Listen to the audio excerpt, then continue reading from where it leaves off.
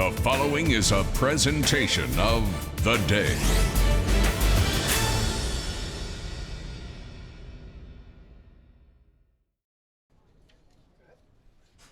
It's a hot and humid Wednesday afternoon on the campus of East Lyme High School, and it's time for Doubleheader Wednesday.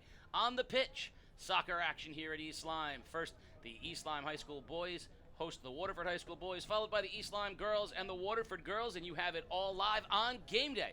On theday.com, Casey O'Neill, along with the coach, Colin Delaney. And Colin, thank you very much for coming in and helping us out. As always, we want to know, where is the sports doctor? Well, it doesn't matter today because he doesn't know soccer anyway. So we want to bring in the expert, former Montville coach, Colin Delaney. And I know we talked a little bit before. Looking forward to what has become a very, very good rivalry here in high school soccer. Yeah, Case, thanks for having me out. Pleasure being out here. Looking forward to it. Back in my day, I played on this field, so it's nice to be back and kind of in a different role for sure. And looking forward to helping you guys out today and breaking down a little soccer. The Waterford High School boys in the visiting white, the East Lyme High School boys in their home maroon. And as always, game day is brought to you by Waterford Dental Health. Voted the #1 best dental practice 5 years in a row in the day's Reader Choice Awards. You can visit them at 177 Boston Post Road or at waterforddentalhealth.com. That's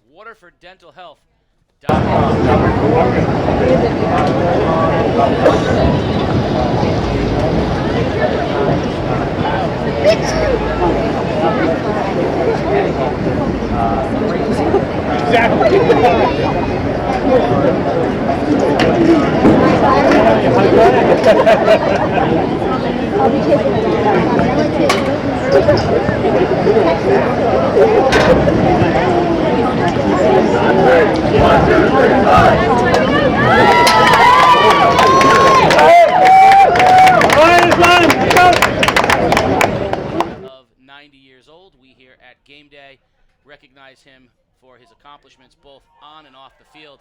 A class act, a great man. He'll be missed. Rest in peace, Bill Mignall. So, Colin, your thoughts before we even tip off today on what these two schools need to do, look to do, and how they're going to approach each other. Well, I tell you what, looking at what they've done so far this year, Waterford sitting at 3-3-1, East Lyme at 3-2-1, very similar records. But one thing I noticed is, the goal differential. I mean, they're fairly similar. Waterford 16 goals for, 12 against, and East Lyme 16 goals for, 10 against. But what's telling to me is 9 of Waterford's goals came against New London. So you take that one game away, and now they're kind of in a negative for goal differential. So it'll be interesting to see who's going to be the big goal scorers today for Waterford against what typically is a historically stingy defense that East Lyme provides. And that East Lyme defense is led by Captain Joey Grubb. Of course, that name familiar to Game Day viewers. Multiple sport athlete. He plays basketball as well, and Grubb anchors that defense. But, when we talk defense, when we talk about goals, it starts with the keepers. And a couple of good ones today for Waterford, senior captain A.J. Sacchitello, and for East Lyme, junior Owen Brown. They'll be the ones under the gun. The spotlight always goes on to the keepers, make or break a game. And two good ones here today. Yeah, for sure. I was watching these guys in pregame, and, super mechanically sound. They see the field well, and you can tell that they're ready to go today. So hopefully we see some action from both sides. They can kind of show off their skills. And the trend of big keepers is continuing. Both of these guys have good size, not just height, but physically. I mean, they're strong, and you'll see that early here as the first scoring play of the day for East Lyme. They've got a corner from the far corner, and so they'll line up, and Sacchitello will stand mid-goal. A low line drive out of the corner, and it's going to be contained and retained by East Lyme. Back on goal it goes, and a dive, and just wide. Yeah. Shot off the foot that time of Noam Sokolowski, one of the midfield scorers for East Lyme, just wide. And that box was packed. I mean, you had, virtually every player in that box. East Lyme had one guy deep as their sweeper there, but, we had everyone in that box there for East Lyme, and even Waterford, everyone inside there. So, a lot of bodies. Waterford struggling to get the ball out of its own zone. It's going to be kept in by the Vikings, and now the Lancers will just clear and allow East Lyme to take over on their side. They'll have a throw-in on the far side, and that's the Goose. Goose Kimbrell out there, and he is going to throw it in for the Vikings, and they'll play it through the midfield. Yeah, early on, East Lyme seems to have the lion's share of the possession for sure. But I think if Waterford is patient, they'll be able to kind of connect some passes and build a bit. Do a nice job of staying composed. Arcelus and Ard in the midfield. Nice little 1-2 game between them. Vikings trying to use their speed on the outside. Matt Tapia, one of their forwards. It's kept in by the Vikings. East Lyme's doing a nice job of a lot of 1-2 touch soccer here, not really, being pretty unselfish with the ball, putting balls in some dangerous places for sure. Waterford's got a lot of errant passes early. If they get a little more composed, I think they'll be in business. Oh, there's an opportunity for the Vikings. Little touch, a shot, and Sacchitello stands firm. Point blank shot from Sokolovsky and taken right off the gut by Sacchitello.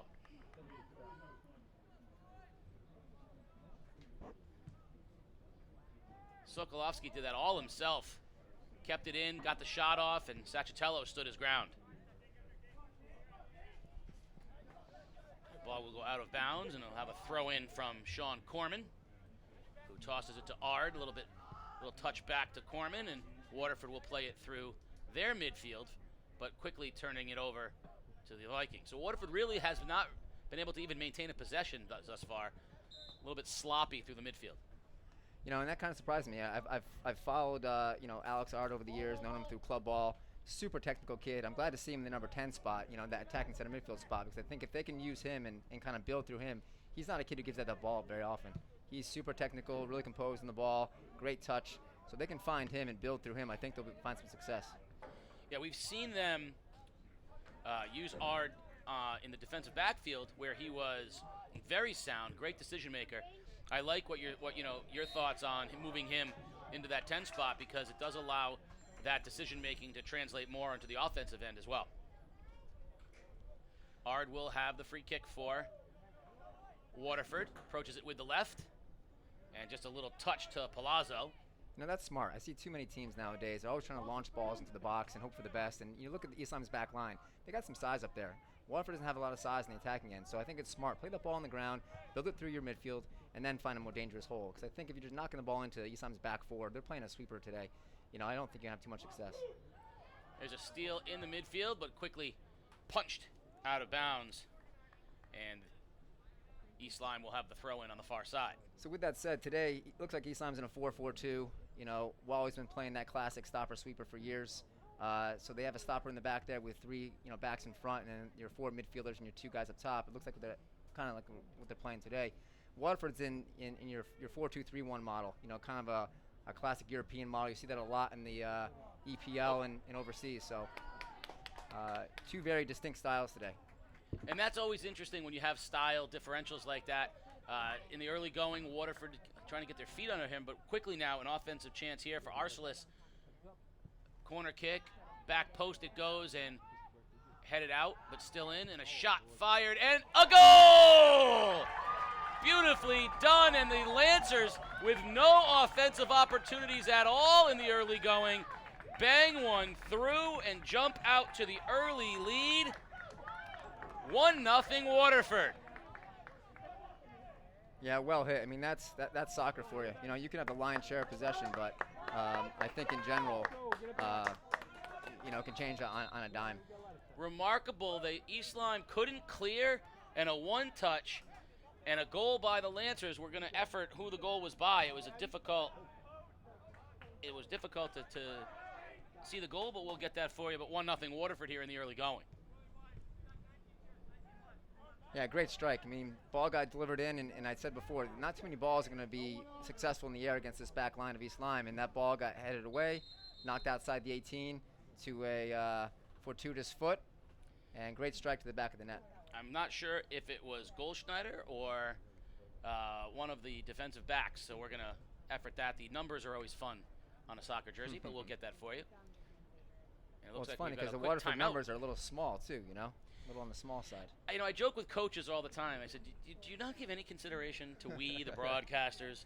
I had a long talk with Fitch football coach Mike Ellis, because the Falcons had these cool color rush jerseys they came out with. where the numbers were literally invisible to the human eye. They blended right in, and I said, Coach, I'm going to have to make it up as I go along. And he said, I know, the numbers are terrible. We can't see them either. Soccer's a little different. Like, the players are moving around. Their bodies are not going in the same direction. So sometimes the numbers on a soccer jersey, I like what East Lyme's doing. Much more, much clearer to see. But well, it's tough on the white jerseys too, and nowadays typically it's a 4-inch number on the front and an 8-inch number on the back. And I'm telling you what, Casey, I'm not getting any younger. My eyes are going from me. So I'm about to say an 8-inch number looks about the size of a postage stamp when you're sitting up here in the booth.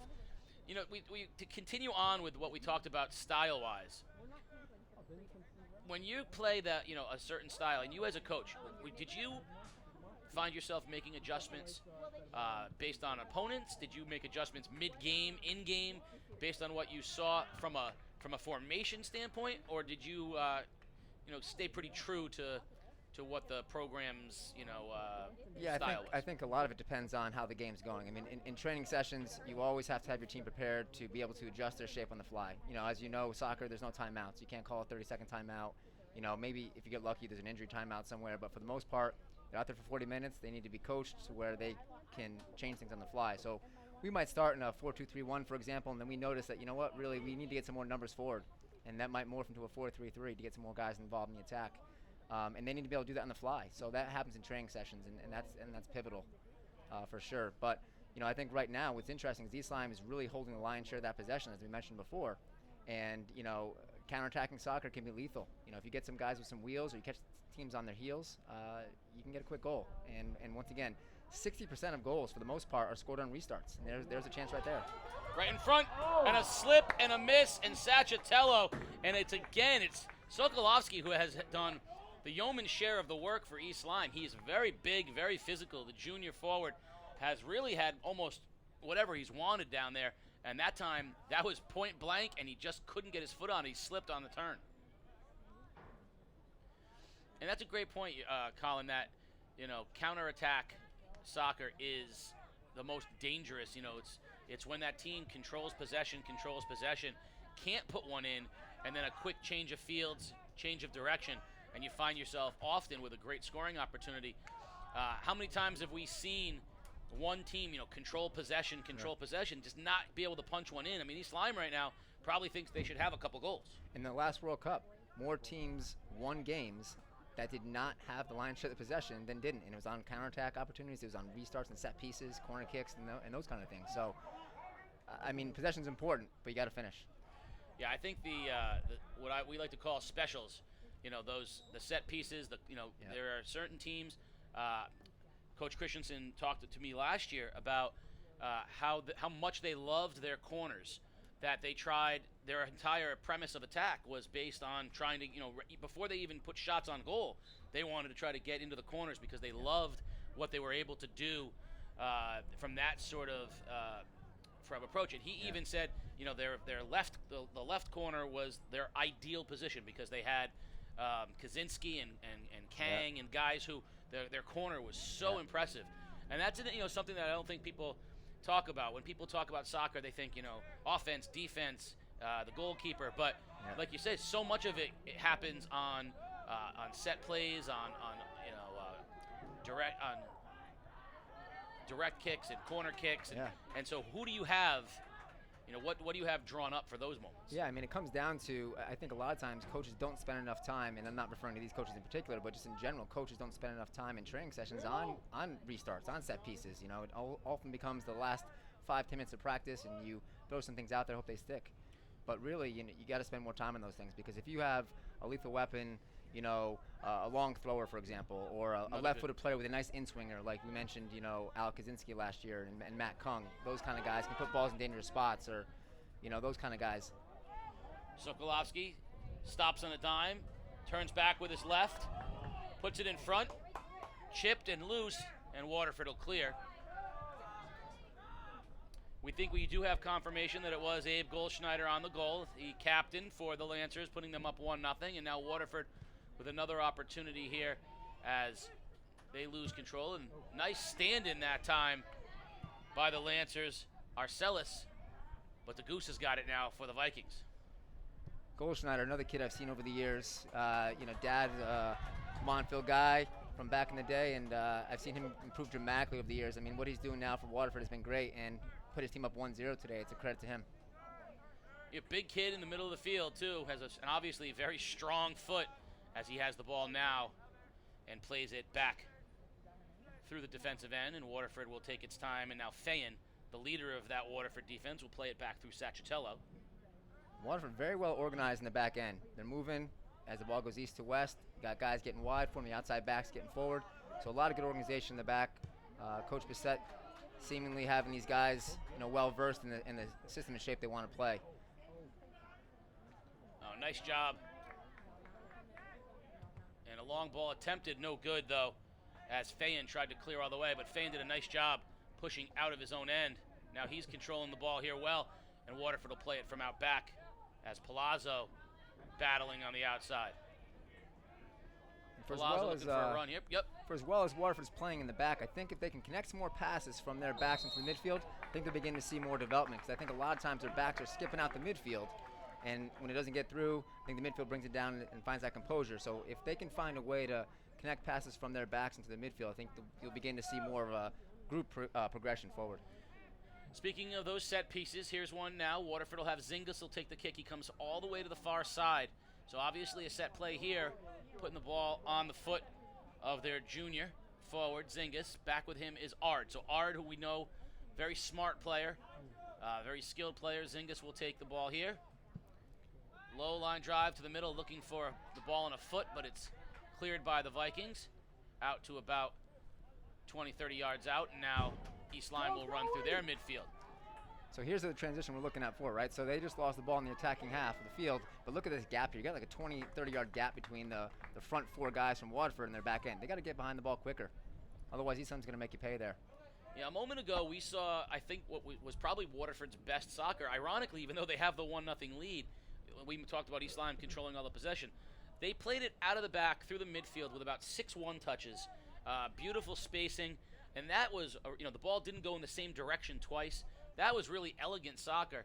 And then the temptation, as you said, to just come up and bang it long and try to allow a run on. Right.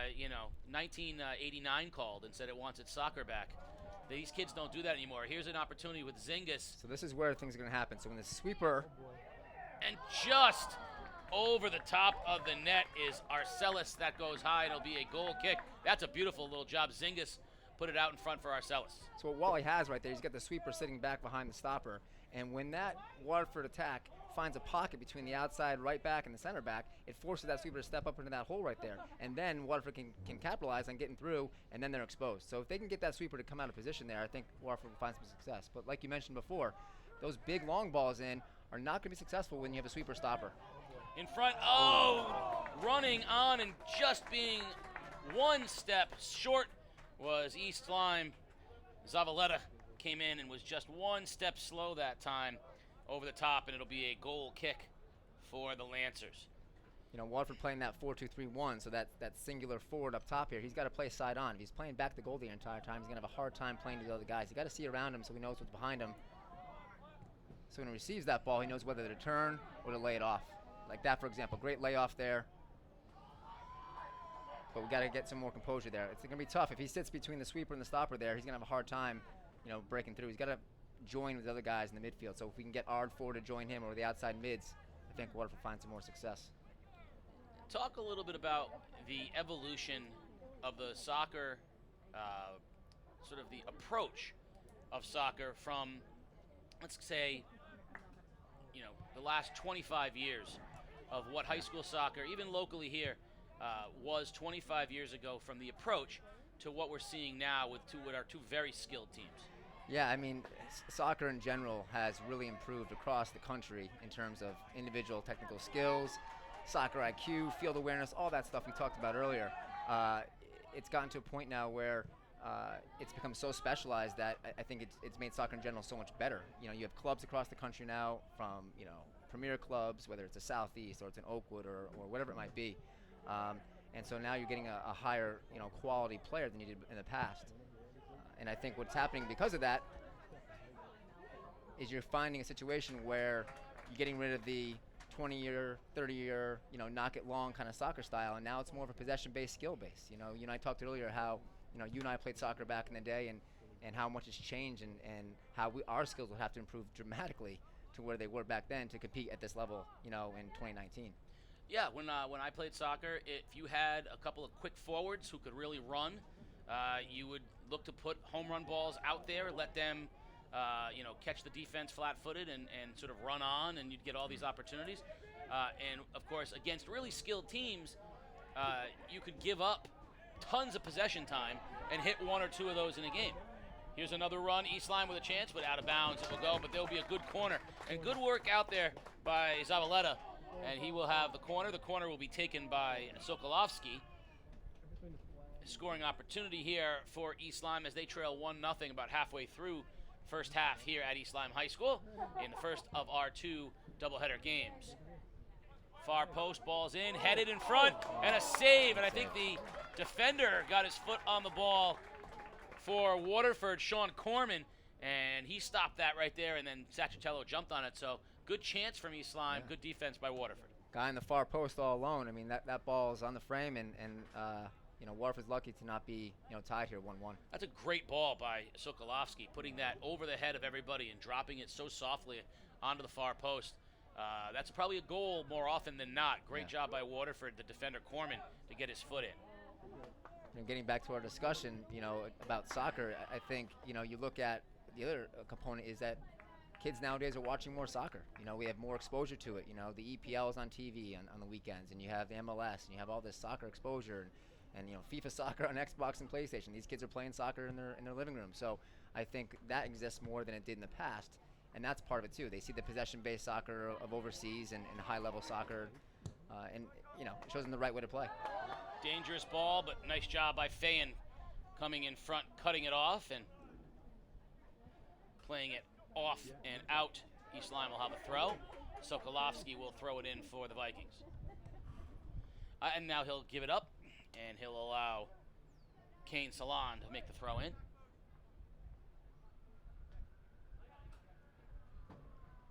And again, nice job by Fayen. Fayen doing a lot of work back there. East Lyme's going right at Waterford's right back. A lot of attacking on this side over here. Not too much on East Lyme's right side, Waterford's left side, but they're really attacking, this right back. Yeah, Sean Corman, who ironically was able to stop the goal by being hit by heads up on the corner kick, but he has been the subject of attack. You're absolutely right, and mostly it's been Sokolovsky who's been all over him. Yeah.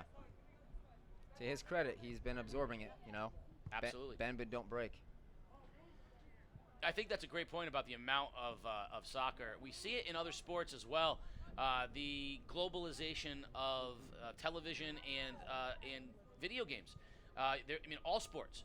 You can now watch. When I was a high school player, the only way to see soccer on TV, quite honestly, was to go to one of my Greek friends' homes where they got European soccer through dramatic ways. They had to buy a special cable in order to get the Greek soccer matches. Right. There was no soccer on TV.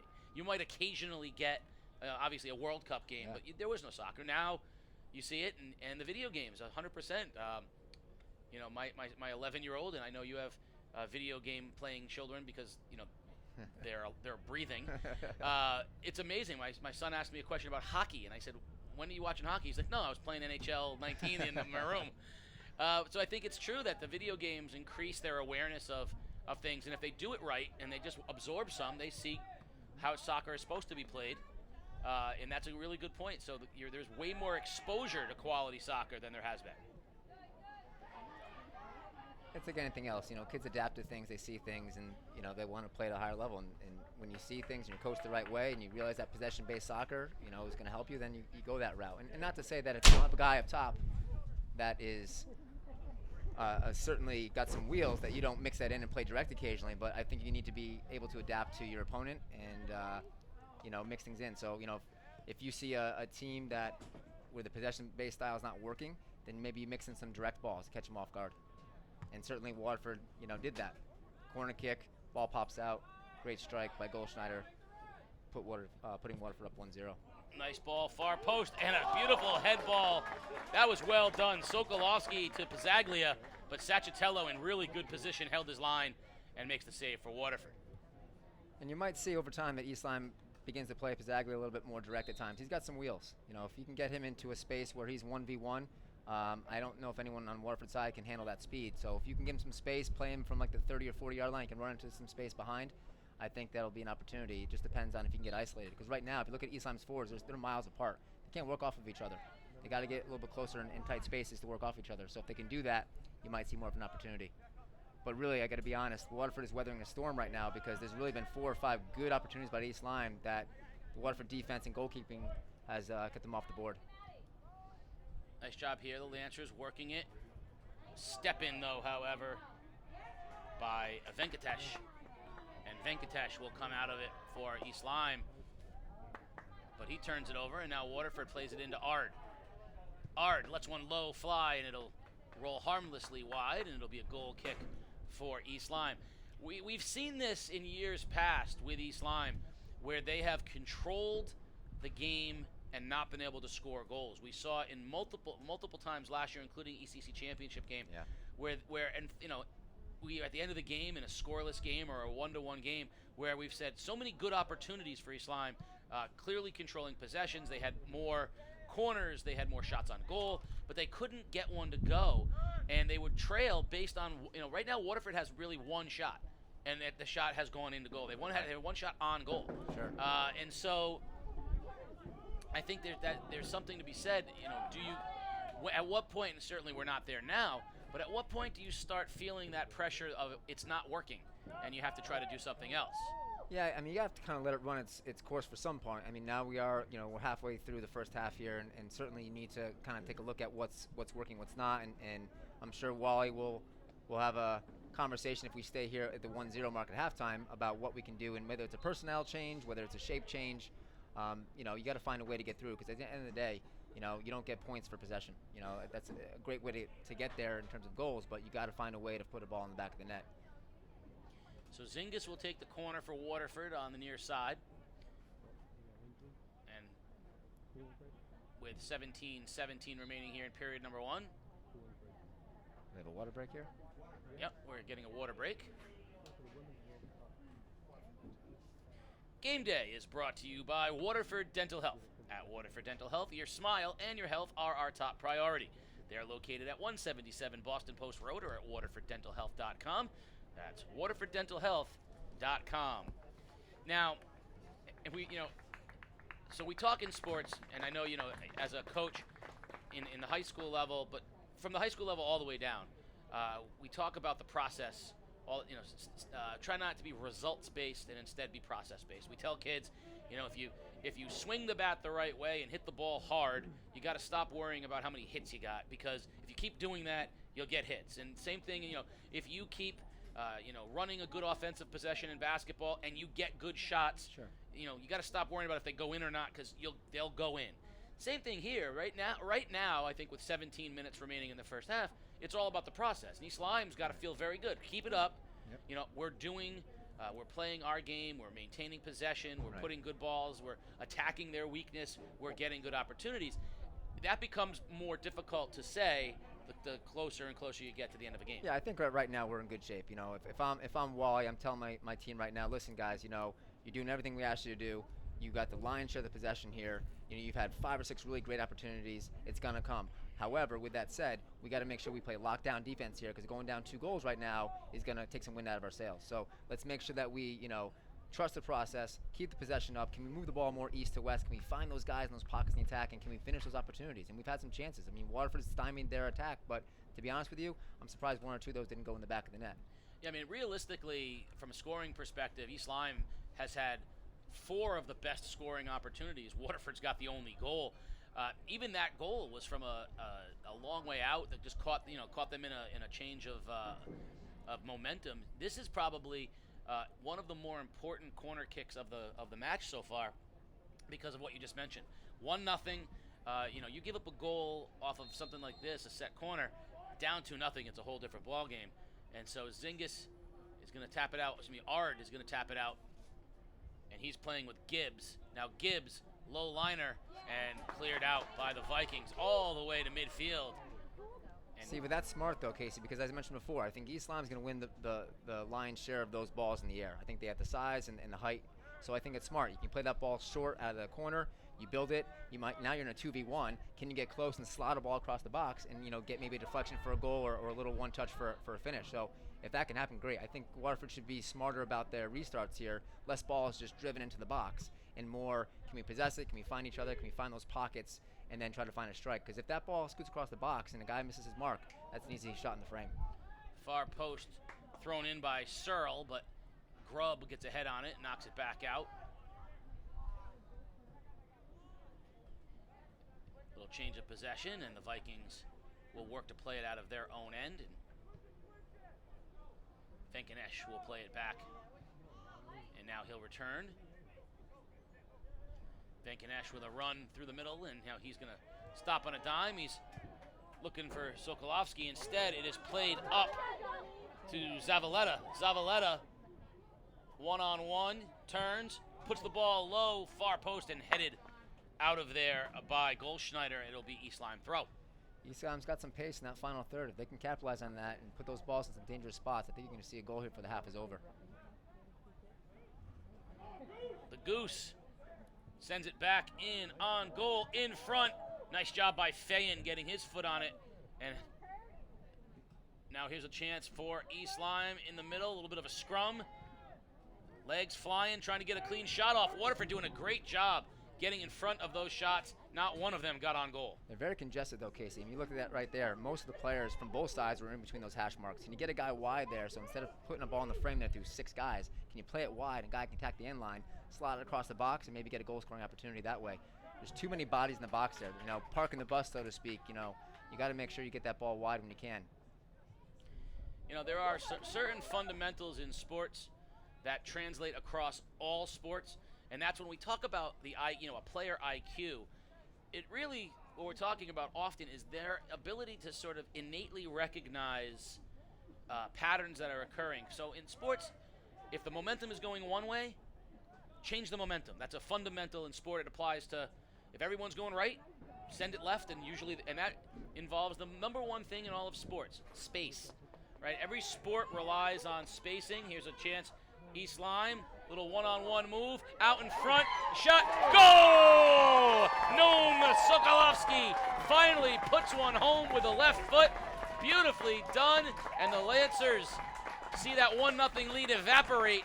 The Vikings have tied it at 1. And that's what I'm talking about right there, right? Attacking the end line, sliding across the box. There's your goal scoring opportunity. We just mentioned it before. Get those guys on the outside, attack their width, get around the outside backs, play it across the box, and there's your goal. Spacing. And we talk, that's what you were talking about in parking the bus. And I was saying a fundamental aspect of sports is spacing. If you find yourself in a congested area, look to go to space. As a basketball player, a soccer player, it doesn't matter if you know someone's there. Put it into that empty space, and that's what East Lyme did successfully there. The first time, like you said, they were not taking advantage of space. They were all bunched, trying to fire shots into a congested area. That time, very patiently, put the ball into space. Sokolovsky ran on, tied it up at 1. And when you attack that end line, Casey, you're basically turning the defenders into attackers because now they're facing their own goal. If you play a ball across the box, you might get an own goal out of it. And you know what? I always tell my players over the years, a goal is a goal. I don't care how it gets there, man. So now Waterford, who really should be down far more than this, finds themselves tied, and they're going to have to try to get the momentum going back on the other side. Larkin did a nice job stepping in. Sokolovsky battling with him. That's a beautiful matchup there on the edge. East Lyme's doing a better job now of using that right side. They've been on the left side for a while, but they're really trying to use that right side a bit more. And I think if Wally can talk to these boys about spreading the field out, it's going to create some opportunities. You talked about, spacing and IQ. Ball put in front, cleared by Fayen. But I got to be honest, it's not just spacing and IQ, it's also being informed. If I had a nickel for every time I told a player over the years on a soccer pitch, whether they're coaching for Southeast, coaching for Montville, whatever it might be doing, to check their shoulders. You need to know what's around you. You're much more informed and you're much able to make decisions before the ball even gets to your foot if you know what's around you. Too many players are receiving the ball, then they're looking around, and then they're making, kind of a, anxious decision versus an informed decision. Yeah, the adages that go back to the beginning of sports. Know what you're going to do when the ball comes to you, before the ball comes to you. If you're waiting till the ball's on your foot to think about what it is you want to do, and that's a great point, Colin, is, be aware of what's around you so that it can help you decide what am I going to do when that ball comes to me, because you're right, as quick as their reaction times are, a plan always beats a reaction. And I tell you what, it's less about fast twitch muscle fibers, it's more about your brain. If you can be informed, you see a lot of players who play so quick. Look at what they're doing before the ball gets to them. Look at what they're doing off the ball, and that's how they play quick. They're not playing quick because they're, Carl Lewis fast. I'm dating myself, but they're playing quick because they're informed. They know what's around them. That ball gets them. They're playing a 1 or 2 touch pass,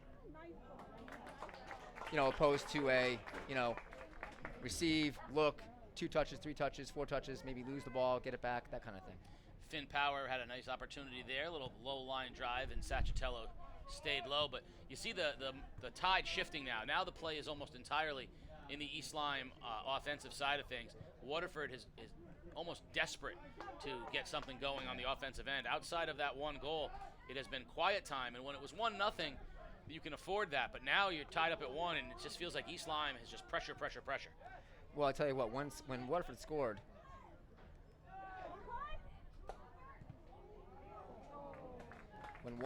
that goal, you can kind of see a bit of, I don't want to say panic, but you can see some players from East Lyme kind of, they're caught off guard. They had the lion's share of the possession. They had that ball in that half, and then all of a sudden, boom, down 1-0.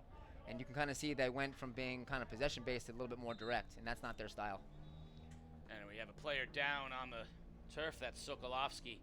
And so we're going to get a stoppage while he's tended to. Is 1-1 here with 10:42 remaining in the half of the first part of our boys-girls doubleheader at East Lyme High School. Of course, the Waterford and East Lyme girls to follow here on the first of 2 on a hot and humid. Hard to imagine that it's October. No, 85 degrees. And it's humid and sticky. Feels like it's August.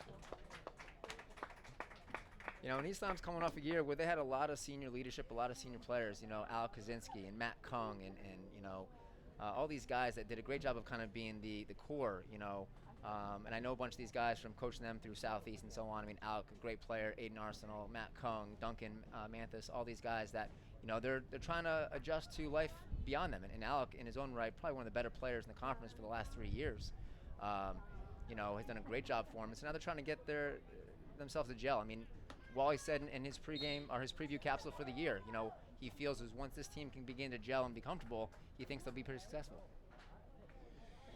That's another great point too, Colin, is when you lose, you had some great players and great teams while you were at Montville. Sustaining a program means losing players regularly, cultivating new ones.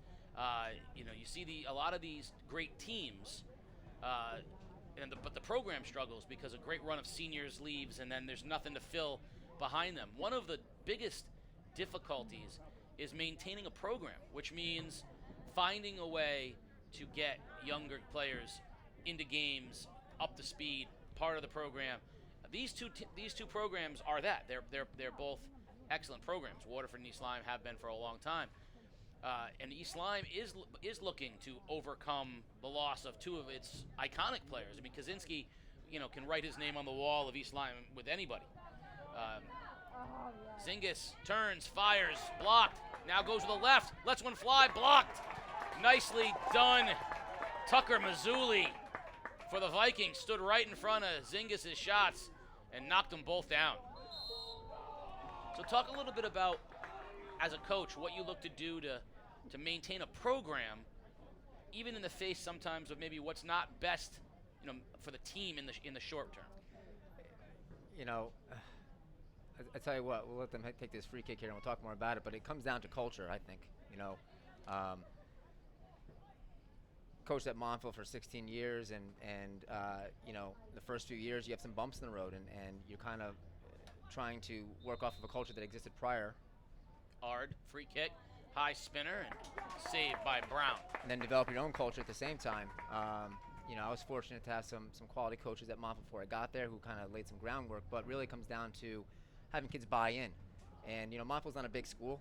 This year, actually, the first year they were Class S, the first time I think in school history. They were like the largest Class S school in the state this year, from like one of the smallest Class M last year. So I think it's culture, getting kids to buy in, and we don't have the opportunity to recruit. We don't have the opportunity to bring players in from other places. It comes down to coaching with what you got. And you mentioned the success we had over the years, and I appreciate that. But really, I was blessed with great players. Good coaches, good players make great coaches.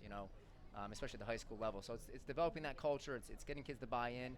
It's having structure and having kids prepared to play in adversity, changing systems and shapes. It's a lot that goes into it. And Wally, is the exact opposite of Bissett. Bissett's in his first year at Waterford. Wally's been here 97 years. And, he's developed this culture here. Power with the corner kick for East Lyme. High fire in front. Tapped. And Sacchitello will come and clean it up for Waterford. As a coach, we talk about maintaining a program versus a team. You could have a senior-laden group, and your temptation might be to play the best 11, so to speak, or the best 10. But you have to consider things like, I need to find ways for these juniors and sophomores and even freshmen to get on the field in important spots because I have a team next year and a team the year after that. So balancing what's best for the program sometimes means not being your best at all times. Well, I got to tell you, in my first year, I took over a team that was, fairly senior-laden or upper-class-laden, and we kind of went that through. I think we ended up going 7-8-1 my first year as a coach, a million years ago. And then in my second year, we had a pretty average-sized senior class, but really the bulk of our talent was in our freshman, sophomore, junior class. And a lot of those seniors didn't play. I've always been a believer that you can earn your spot, and I think it's less about what grade you're in; it's more about your ability. And I think when that culture became aware to the players and the parents and the community, I think they began to realize what the goals were.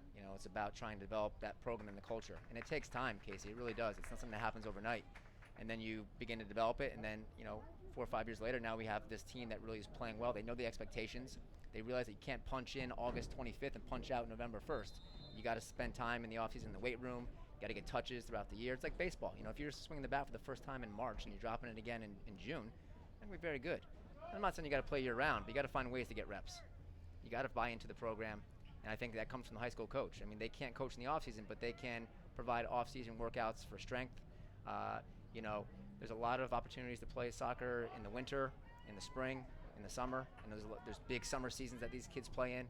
So you got to find a way for kids to buy in, and that gives them the touches too, because you can't just provide the touches from August to November. You got to find ways to get touches outside, especially soccer nowadays. It's such a finesse sport. It's very hard to bring an average Joe athlete into soccer and expect them to become a starter or get significant minutes in the varsity without, perfecting their craft. You talked about touches and the ability to work all year round. There was a nice moment a moment ago where Oliver Searle took a hard hit, went down on the turf, and he was picked up, and that's Waterford Oliver Searle, and he was picked up by Finn Power, the captain of East Lyme. One of the things that I think another big change from when you and I played till now is that these kids all play with each other year round. There's no more secrets. Right. It's not the first time these two have been together. A shot ripped wide by Ard, and it will be a goal kick. These guys often play together on the same team, premier teams, elite teams. These guys are teammates probably 60% of the time. Right. And then now they're opposing each other in high school, because high school is just one of their seasons. Right. So the camaraderie of soccer has increased as well. I joked that I'm gonna really date myself. In 1987, I was asked to play for New London Legion, and I was a coach and there's going to be a whistle and the ball is going to go out of bounds. It'll be a corner kick for East Lyme. The coach, Jim O'Neill, same last name, was naming the other players he was going to ask, and he mentioned Chris Pedezwa of Waterford. And I hated Chris Pedezwa of Waterford because I didn't know him other than playing against him, and I said, I can't be teammates with that guy. And the coach said, well, we're really sorry you won't be with us this year. Here's a low line drive off of power in front. Fayen lets it go into the hands of Sacchitello. Now, Chris Pedezza has gone on to be one of my favorite people, one of my dearest friends, and a great teammate. But if this was fast forward to today, he and I would have probably been playing together for 5 years prior to being at that point. I don't feel like the secrets aren't quite there, which makes me both happy and sad at the same time, because the mystery that you used to have traveling on the bus to a foreign school really isn't there like it used to be. Well, not only that, but every kid nowadays that's trying to play at the next level, they all have, some kind of, college scout video on YouTube or something else out there, or on, Max Preps or whatever it might be, and you have that, so you can watch game film on your opponents. Back then, you want to watch game film, you have to go watch a match somewhere. That's a great point. One of the great movies ever made, Vision Quest.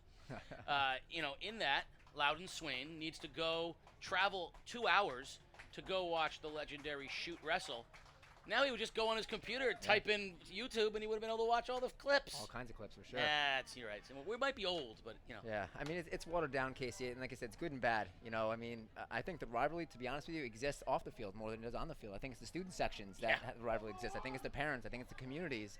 You have guys in the field here on both sides that I've coached or had experiences with Southeast Soccer Club, and so they know each other, and before the game, it's handshakes, how's it going, and it's almost like professional sports. They're always changing jerseys, and they all know each other. So it's watered down, and I don't know which I would prefer, to be honest, because I only grew up with one way, and that was the rivalries that you didn't play with each other for 10 months out of the year. That's right. And so those rivalries were maybe more individual than they are now. And Right. I think you hit it right on the head, though. Parents, fans, media, we all create some of the contentiousness of the rivalry just by promoting the rivalry. For a lot of these kids, the rivalry exists for this hour, and then that's all. Well, and I think the media, rightfully so, builds those rivalries because it, helps sell papers. It helps, get hits on websites. But, I think one of the biggest rivalries in ECC right now is probably a Waterford East Lyme rivalry. I mean, I think the student sections are just, impressive and insane at the same time. Well, I always found it interesting. That rivalry was built on in part by the basketball rivalry, where the student sections got involved, and of course, iconic players Dev Ostrowski, Mikey Bassetto. Those two guys get along great. They're friends. They're texting each other up till the game, after the game. Right. So we, the student sections, are Mikey's better, Dev is better. Those two guys are getting a kick out of the whole thing because they're actually friends. So a lot of these kids are friends, right. And they're friends off the field. They, like you said, they're teammates. Maybe more often than they're not teammates. Yeah. Which lends itself, I think, probably overall to a better game. Here's a last opportunity with a minute and a half remaining here in the first half of a 1-1 game. East Lyme with the corner, far post it goes, headed out in front, shot nicely deflected, beautifully done. Malky got his foot on the ball, but couldn't get it into the back of the net. Waterford did a nice job maintaining and holding the line. Those balls that roll through are so dangerous. Waterford made an adjustment, moving the right back to the left side. You notice that early on, East Lyme was really going at, Waterford's, right back there, and you can see that swap, left back, right back swap, and then you kind of see East Lyme adapt to that, and now they're attacking the right side more. I think they're going at that player there on Waterford's left side. We're down now under a minute, 40 seconds remaining here. East Lyme and Waterford tied at 1. The game sort of settling in after an early goal by Waterford was matched by the Vikings. The Vikings have had the clear possession lead throughout. Now it seems to have settled a little bit more as we're down here with 20 seconds remaining. Sokolovsky. Beautiful footwork, strength, size, but Zingis now will take it away for Waterford.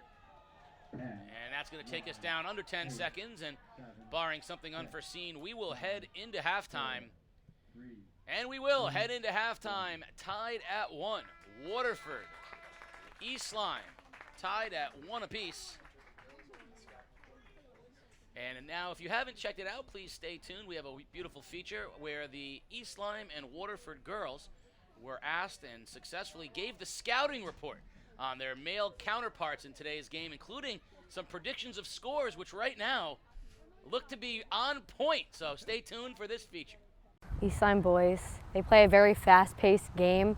They're aggressive, they're loud, they're energetic. They're a very good team. I think they kind of surprised us all this year. Their forwards are extremely fast. Like, just watching them, it's really interesting to see, and it's kind of fun to watch. The boys communicate very well with each other, and they always just play really well off of each other. And they have a really good goalie this year, so he's really fun to watch too. They're fast, really fast, and they work really well together, and they're really good at passing and moving, and they pretty much know where they're going to be before they even get the ball, and they just work really well together as a team. We've practiced with them a couple of times. We use them to help us scrimmage sometimes, and they're just like, they're great kids and they're fun to be around. The boys, they definitely have stepped up their game from last year, I think, for sure. They got a new coach this year, which I think is really good for them. They needed that. I think their team's been playing really well together. They have a lot of chemistry as a team. I think their back line is really strong and their keeper is really strong, which helps them. Very good defensively. They have a very good goalkeeper. They're able to get the ball up the field with fast forwards and strong out wide mids. Joey Grubb, he plays stopper. He's a very aggressive player, and he's he's the captain of the team, and he does a really good job of making the team work together. And he's super tall, so he can head away any ball. He's first to the ball. He's super quick as well. Joey Grubb is also a really fun player to watch too, because he's super calm and collected, and whenever the ball comes near him, you can just tell that he has it under control and he can get it out of their half. Tucker Mazzulli, I think he also plays back. He's also really fast, really good with the ball. He can kind of just shut down a lot of the forwards that come into our half. Cooper, he's up for ECC Athlete of the Week. He plays forward.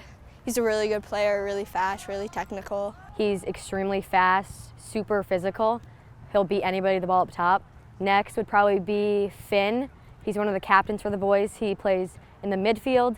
He's, again, super fast, super physical, really tactical. He's really smart, really good player. Kurt does really well in defense, and he's a very strong wall. I think their goalie, Owen Brown, is super fun to watch. He is a really smart goalie, and he dives all over the place, and he makes some pretty great saves, so that's always fun to watch. Their keeper, AJ Sachatello, is always on his game, and I think he plays really well and has a good leadership role on his team. AJ Sachatello, he's an experienced goalkeeper. He's really good, and watching him is really exciting, and he always just supports the team and has great things to say to get his players going. And then Alex Ard is really good up front and has really good touches on the ball. That really helps them get forward in the attack. Abe Goldschneider, he's the defender.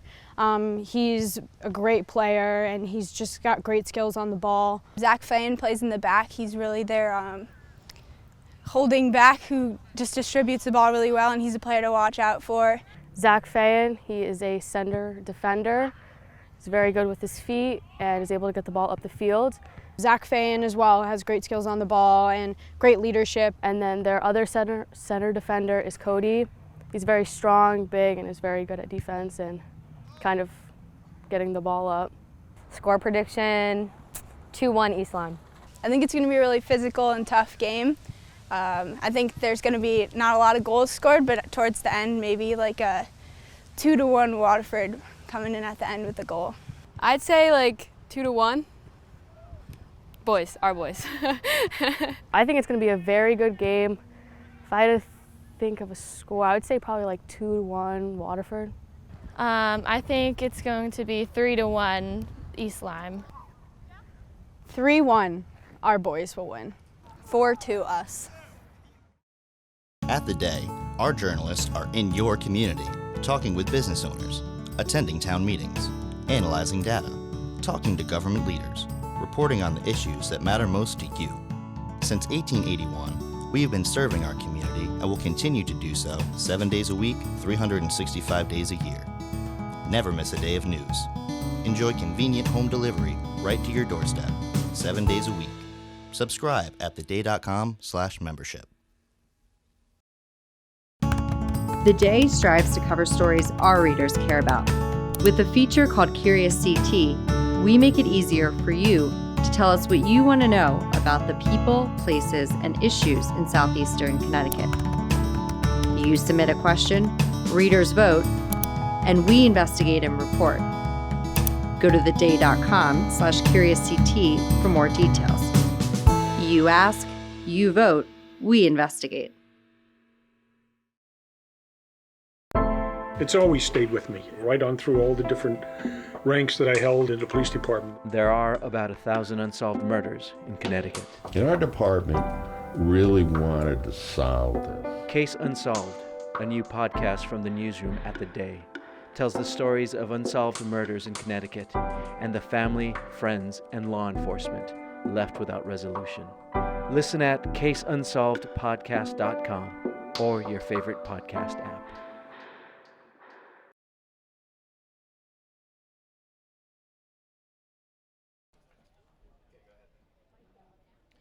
Welcome back to East Lyme High School. We're at halftime. The Waterford High School Lancers won, the East Lyme Vikings won. Game day is brought to you by Waterford Dental Health. At Waterford Dental Health, our entire team is dedicated to providing you with the personalized, convenient, and affordable dental care you and your family deserve. Visit us at 177 Boston Post Road or at waterforddentalhealth.com.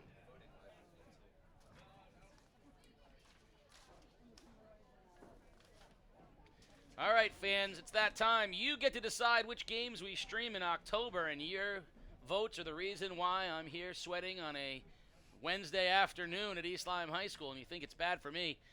I'm not even suited up like the coach, Colin Delaney, next to me. We are sweating bullets here on a hot day. Thanks for sending us to East Lyme High School on an 85-degree humid day.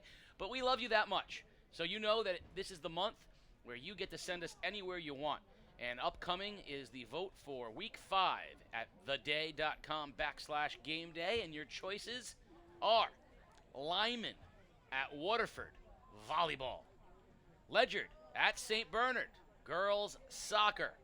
Fitch at NFA, volleyball. Now, if you don't see your team there, nominate a game for one of the remaining weeks in October at theday.com/game day. You get the votes. You get us. Simple as that. We'll come out wherever you want us to go and do whatever you want us to do as long as you got the votes to support it. So we're at halftime here, East Lyme High School, 1-1. This game, aside from being highly competitive, is also part of a rivalry. It's part of the ALS Cup, which is something that I'm going to bring in the coach, Colin Delaney, to talk a little bit about right now. If you would, talk a little bit about the ALS Cup, how we got to this point with it, and what it means for these two schools. Yeah, so this is the 14th year in existence of the ALS Cup, Lou Gehrig's disease. Has a lot of local connections. East Lyme and Waterford were some of the original schools involved in this cup. Former coach Bill Bonavita, ALS tragically affected his family, and that's kind of one of the reasons why I think Wally got involved. Bill was one of my coaches, one of my teachers back in the day at East Lyme High School, and so that's where that start here happened here. So aside from being a great rivalry of two schools, it's also a great cause. They raise money every year for ALS, and over the past 2 years, they've raised $6,000 per year the last 2 years, and over $30,000 in 13 years of ALS Cup charity for a great cause for this debilitating disease. So aside from that, there's also Montville and Ledyard that have been involved now in the ALS Cup. Montville, St. Bernard's for years, and then a renewed rivalry, Montville, Ledyard. So for the last 10 years, when I was coaching at Montville, we had the ALS Cup, and that was a big game that we circled on our calendars for two reasons. One, for the soccer rivalry, and for that clout and bragging rights, but I think more importantly for that great cause, raising money for local charities. Yeah, that's another thing that we've seen over the past few years that's different, and I think maybe one of the more endearing parts of high school sports now is the connection with charities. We've seen the Play for the Cure games in softball and basketball. We've seen the ALS Cup, obviously, here. I know Ledyard High School played for Alzheimer's research. I think it's a fabulous way to connect kids to volunteerism, to charity, sure. To humanitarianism. Getting involved and getting to know your community is one of the best parts that high school sports has to offer. So a good cause today, the ALS Cup between Waterford and East Lyme. We're tied at 1. General thoughts about what you saw there in the first half? Yeah, I thought, like I said before, that East Lyme really controlled possession well in that first half. Probably 60-40, 70-30 for possession for East Lyme over Waterford.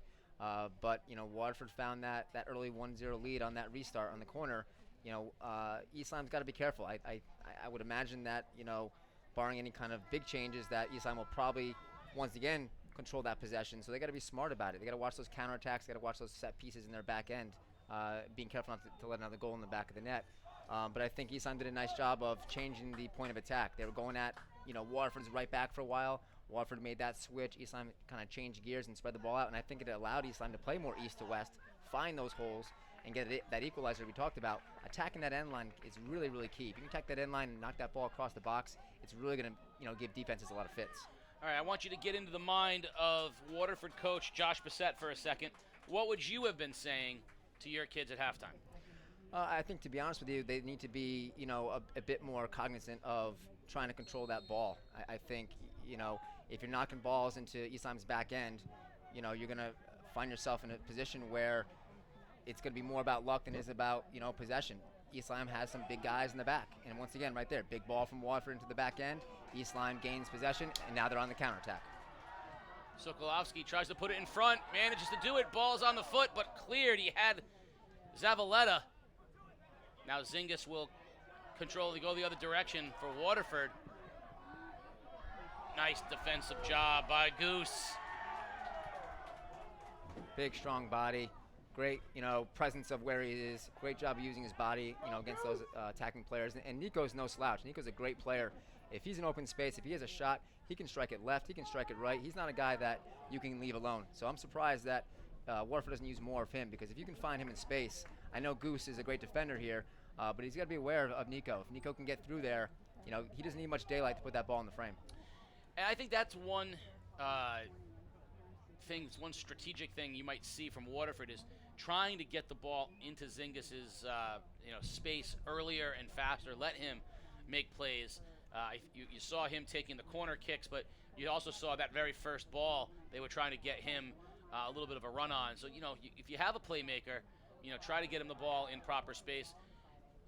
Clearly, Waterford is either less comfortable, less talented, or less effective. You can pick which one. At the sort of slow-paced build out of the midfield, one-touch soccer, they are, again, pick which one you want. However, that doesn't mean that they can lose patience, because, as we saw, that first early goal might have been a result of a fortunate break, but their inability to stay patient is probably what gave up the tying goal. So you're right, Waterford has to kind of strike that balance between counterattack soccer, but not losing their fundamentals when it comes to trying to keep East Lyme from what we see right now, which is just totally controlling the tempo and the possessions. Well, the key for Coach Bissett right now is really looking at it from the standpoint that we can't change too much here, because East Lyme has the control of possession. So if we try to push extra bodies forward, now we're going to find ourselves in a position where not only are they going to control possession, but they're going to get more shots in the frame, and they can't afford that. So if I'm Coach Bissett, I'm leaving the shape where it's at, but I'm trying to get my outside guys more involved. Can I get Nico forward to join the attack, with my number 9 up top there? Can I get guys, to join and get forward? And you're seeing a little bit more of almost like a 4-3-3, because what's happening is a 4-2-3-1 can easily change and morph into a 4-3-3 in the attack. You see the outside, midfield becoming a forward here for, Nico, so your outside mids become 7 and 11s out wide, joining your number 9 if you're center forward there. If they can get those guys forward and go from a 4-2-3-1 into a 4-3-3 without losing that defensive, shape, they might be able to make something happen.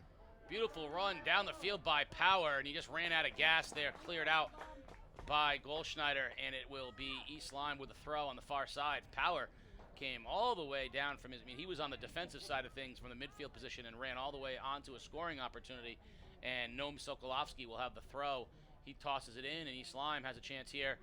High ball in the middle, head up in the air, and just over the top of the goal. Malky, one of those big players on East Lyme that you talked about earlier, got up, got a head on it, and just sailed it high. East Lyme's great in the air. I mean, they're winning every ball in the back end in the air. They're winning every ball on the attacking end. They've had 2 great headers. I think it was Pazzaglia had a great header early in the first half on the frame. So they've had some great opportunities. Waterford's got to be smart. Keep that ball on the floor. Do what you're strong in. You've got some guys in the middle, Ard and Nico and other guys. Use those guys and build off those guys and go from there. And once again, I think you got to mix it up a little bit, though. I think if you continue to do the same thing over again, expecting a different result, you're going to find yourself in some trouble. So can you mix it up and make East Lyme, kind of guess at what you're going to do? If you become predictable, East Lyme's going to sit in and win this game easily. Yeah, Waterford, nice job. Ard that time, really patient, played it back through the midfield. Now Chappelle for Waterford. And I think the insertion of Chappelle, who was not in the starting lineup, is a nod to a little bit of physicality at the forward spot for Waterford. Here he takes it in. He's going to have a chance to put it in front. He does. Looks for Zingis. Nice job by Grubb, though, to clear it out for East Lyme. Waterford is at a noticeable size disadvantage. East Lyme has got bigger, more physical players, and you've seen that on the balls in the air, as you mentioned, in both directions. East Lyme just much bigger, but also if you look at the size of some of the East Lyme kids, whether it's Pazzaglia, Sokolowski, Goose, Malky, they are bigger, more physical. Waterford has a couple of good-sized kids, and we see one of them there, but not the same size as East Lyme. So, one of the changes Waterford seems to have made is to try to get a little more size up front, maybe to have a little bit more physicality against that big back of East Lyme. But Jalen's got to use his body the right way. When you see that last ball a second ago, he received it and he turned immediately. He's got to recognize that he's got a sweeper on his back. He's got a stopper in front of him. If he doesn't look and check his shoulders and realize what he can do with the ball, he's going to lose it every time. So if I'm him or if I'm Coach Bissett, I'm saying, hey, can you replay side on? Can you turn your body sideways, see the back behind you, right? And when the ball is received on your front foot, am I going to turn? Am I going to lay it off? Am I going to play it through? He's got to be more informed there. Otherwise, they're going to be playing balls into him all day long, and they're going to really stress him out and have him working in this physical game that they're just not going to win 1v3, 1v4 in their attacking third. Big, strong kid, but you need guys to help him. Heenan with the ball in the midfield now for Waterford. Off it goes to Searle. Searle through the middle. And there's Chappelle with a sort of inefficient shot, I'd say. Wasn't able to really get. But there's that connection, Casey, playing into Ard here. Ard having the presence of mind and good shoulder checks and good field vision to know what to do with that ball, playing into Chappelle. Now, can Chappelle, instead of turning there, right, because a tough shot in that left foot there on that quick turn, can he bounce it wide, make a backdoor run, receive the ball into the final third, and then bury it himself? I think we got to be a little bit more productive with that ball there, knowing what's around him in order to be effective, especially in this 4-2-3-1. You're kind of on an island up there. I do like the physicality of Chappelle up front, though. I mean, he's clearly has a presence there that wasn't there in the first half for Waterford. At least giving East Lyme something to think about in terms of having to keep him off the ball.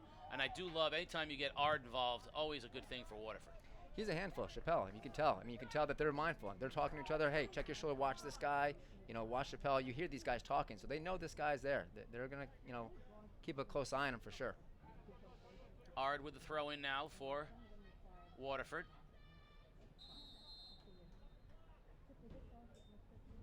And an official's timeout. Don't know why, but an official's timeout. They're blowing the whistle, and they're going over to talk to Coach Christensen. See what that's about. He's signaling. And he's coming onto the field. I don't know if we have an issue with a player or what, but we'll get that sorted out.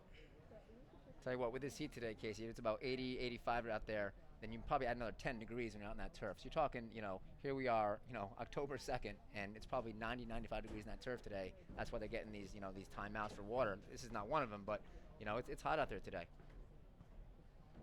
All right, I'm confused. What is going on right now? Because Coach Christensen's coming all the way across the field. It looks like he's going to talk to somebody in the stands. Looks like he's walking over the student section, and I think Mr. Hargis is walking over there as well, the athletic director here at East Lyme. Good job. Now there's another. We're going to keep continuing down the road of the way that things have gotten better. There's a good example right there. Game stopped on a dime. Game stopped on a dime, and the head coach comes all the way across the field to tell his own students, pipe down. That's fantastic. I mean, that's I can't say enough about how well that was done. From the official stopping it to the head coach coming all the way across and doing it, there's a change that has happened the sportsmanship that is not just preached in word but in practice has made the game better. Well, and Wally's a legend around here. He's been here forever, coaching soccer for the longest time. That's Coach K-esque. That's Cameron Indoor Stadium. Coach K gets on the mic and tells the student section to cut it out. And they're going to listen to Wally. He's a figure in the community. He's a figure at East Lyme High School, and he's a figure in the soccer scene. So credit to the officials and for Coach Christensen for taking care of that. And I think I don't want to go overboard singing his praises, just because I grew up with his dad. But anytime Waterford can get the ball into Alex Ard's possession, good things happen. What he just did there was what we talked about before. Rather than full steam ahead, just kind of blindly plowing into multiple players, he stopped, surveyed, and then put the ball. He went, he changed fields, went into space. Beautiful ball right onto his offensive player's foot. But it was, everything he does is with design. There's nothing he does that he hasn't thought about. You talked about, knowing what you're going to do with the ball before you get it. He clearly knows what he wants to do with the ball. And tell you what, it's stuff that comes with experience. And as I mentioned before, I'm a big fan of multi-sport athletes. But I tell you what, Alex is not going to get there without playing soccer year-round. And, I'm not saying you can't play soccer year-round and insert other sports, but, he's been playing with Southeast Soccer Club, for example, and, that kind of experience lends itself to his ability. So he's super technical, all right? He's not a big body, but he's super technical, and he plays faster than guys who might be faster just physically. And that's a credit to him playing year-round, seeing the field, knowing what's around him, and a credit to Coach Bissett, moving him out of the outside back position into that number 10 spot. I think it's going to help Waterford. I mean, Alex is a junior. He's got 2 years of really good development in that position that's going to help him and help this team for the next 2 seasons. Well, whether it's a point guard in basketball or soccer midfielder, there are certain guys that never seem to panic. They're always playing at a very deliberate pace, but it's always fast enough. There are certain, you wonder why you seem to be trying to go so fast and they're going the same pace and they're still ahead of you. That's sort of what I see from him. He's very deliberate, his pace is steady, but he's always a step ahead of where he needs to be. It's an orchestra versus rock band, man. I'm telling you, just this calm, even pace, but he just gets things done. You see the field and it looks like they're going in slow motion, but they're already by you. Heenan brings it in for Waterford, and little crafty touches, good field vision, slipping balls in the spaces, and Al Kaczynski's of the world, Jameson McGowan, Tyler Velasquez, in recent years, those kinds of players, they look so much faster and better, but they're not that much faster. You put 2 players in a 40-yard dash, maybe they lose, but they play the game at a faster pace because they know what's going on around before the ball even touches their foot. And it never looks like they're out of control, except for Kaczynski.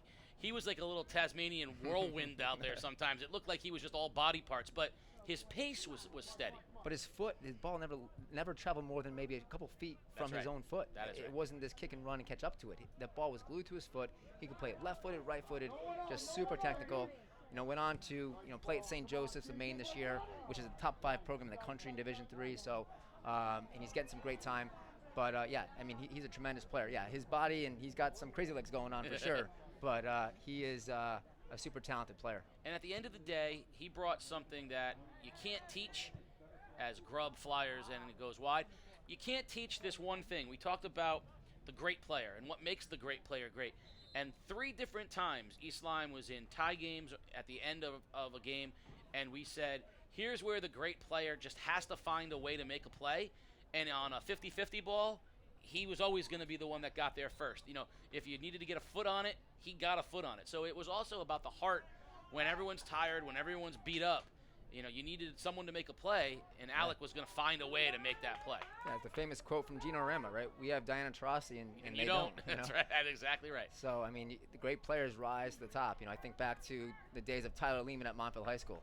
He made me look really good as a coach. And I tell you what, I remember back we played Ellington in the state semifinal, and we show up to the field, and the whole student section from Ellington had printed out Tyler's face, put them on popsicle sticks, and had in front of their face in the stands. And anytime Tyler touched the ball, they would yell and scream, and they'd wave his face from the stands. And I tell you what, big-time players rise to the top, and Tyler scored the game winner 1-0 to put us in the state final. And those kind of players really rise above the rest, and the Al Kaczynskis of the world is an example of that.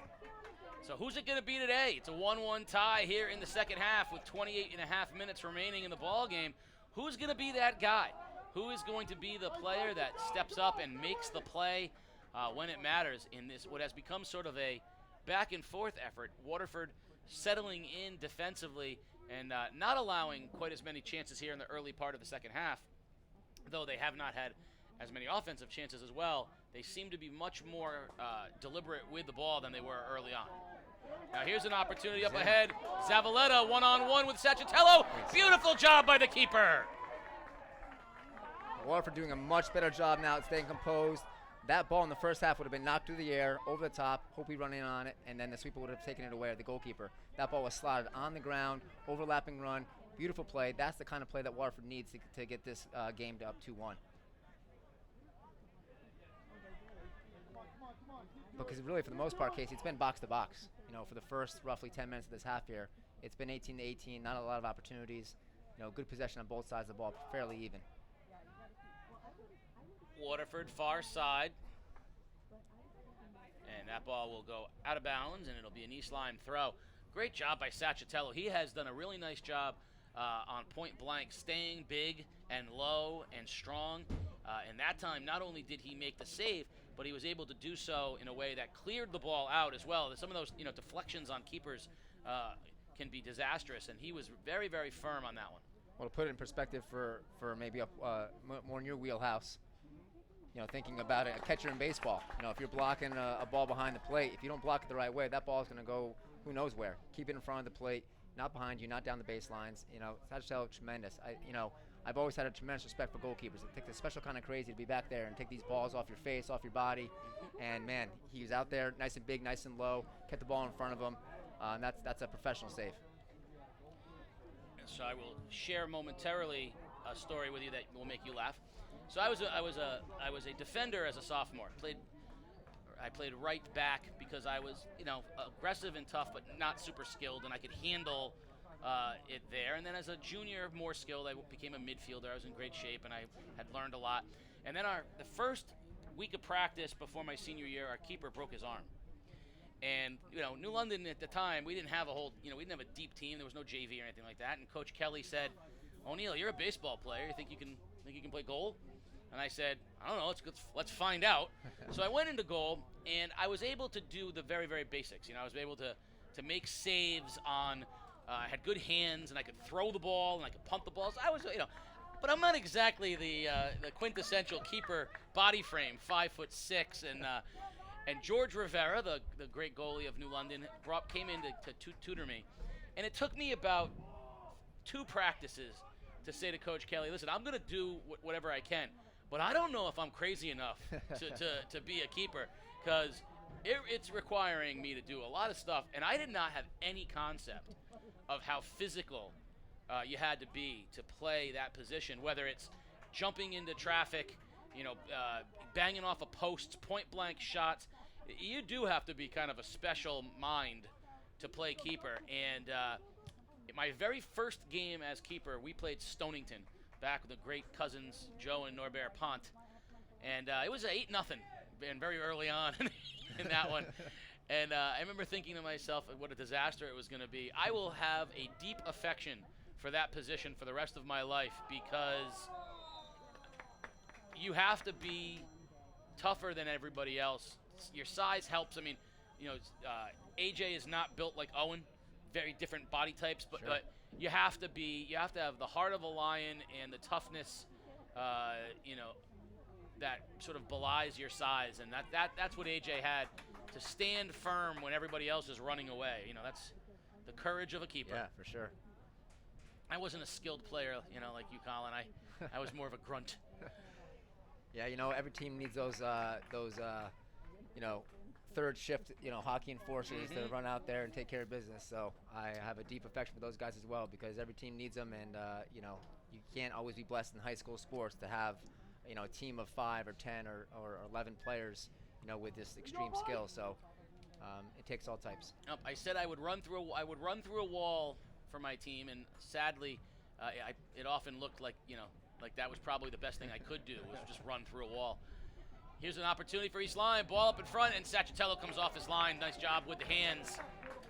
Haven't been disappointed today. Sacchitello, he's done a great job today. Not disappointed at all. He's definitely shown off his wares. He's been a real good force back there. I would say so far he's probably kept this Waterford team in the game. Yeah, certainly more scoring chances for East Lyme that Sacchatello has had to defend than Brown has for East Lyme. Brown had a pretty quiet day back there. Outside of maybe 1 or 2 balls on goal, he has had mostly a quiet day, and Sacchatello has had the much more difficult decision making. He's had a couple different chances to decide whether to stay home or come off his line. He's done both of those things well, and I don't think he had any chance on the goal. I mean, the goal was it was a 3-on-1 on the line. He had really no chance. No, I mean, those kind of goals are, ones that, you redirect the ball and you put it on the frame, and 9 times out of 10 it's going to find its back of the net, or at least a deflection. Interesting, so we're here almost halfway through the second half here. I'm not sure you know last year's result, but last year the Waterford High School boys beat East Lyme on penalty kicks. So little rewind back in time here, and I'm not saying we're there yet, but if things continue in this trend, maybe we're back for another thrilling finish. Well, in our feature that I hope you all watched at halftime, when we asked the Waterford and East Lyme girls to assess their male counterparts, they did an excellent job of scouting the boys, but when they were asked to predict the score, a familiar score emerged where about 65 or 70% of the girls had the final today 2-1. Now, who wins 2-1? All the East Lyme girls said, our boys, 2-1. All the Waterford girls said, our boys, 2-1. There was 5-2 guess. I guess we're not going to get to that today, but the 2-1 seemed a very popular score. They recognized that these two teams were both defensive-minded, very deliberate, and you weren't going to see an out-of-control game. You knew you were going to see two teams playing under control, and that's where I like what Waterford's done in this second half. Just at the fact that they've been far more under control, I thought, much more deliberate and patient than they were in the first half. They definitely got their feet underneath them. You can tell, a different team in the second half. Oh, here's a good ball in front. Can Sacchatello get there? No, it's off the post and wide. What a chance missed by East Lyme. Cooper Pazzaglia had the run. He beat Sacchatello to the ball, and I don't know if he got a piece of it or not, but that ball went off the post and offside. Clearly it's off of Sacchatello because it's going to be a corner kick for the Vikings. Great job by Sacchatello coming out and cut off that angle. Low line drive in front, one touch, fires, and a goal! And who is it? Cooper Pazzaglia with the goal. Missed the first chance, got that one, 2-1 Vikings. Really well struck. I mean, that ball popped out, similar to Waterford's first goal. Pops out on a corner kick, presents to his right foot. Cooper's not missing that one. Really well struck, right side. Sacchatello really had no chance on that one. Yeah, I mean, well described, Colin, because it was very eerily similar to the Waterford goal, where you have that good, strong, and again, going back to the skill, more goals are scored now from that distance than ever before, because these kids are remarkable. When you played, you might have 3 kids on the pitch at one time who could make that shot. Right. with the pace, the velocity, and the accuracy to put it into a corner. Now it's like they all can do it. It's remarkable. And as soon as that ball got on Pazzaglia's foot and he was able to just give it the one nice little setup touch, you knew that it was going to be, he was going to have target practice. And Sacchatello, no chance at all on that. So the way sports is funny. Pazzaglia misses the opportunity, comes right back, seizes the next one, and puts East Lyme on top 2-1.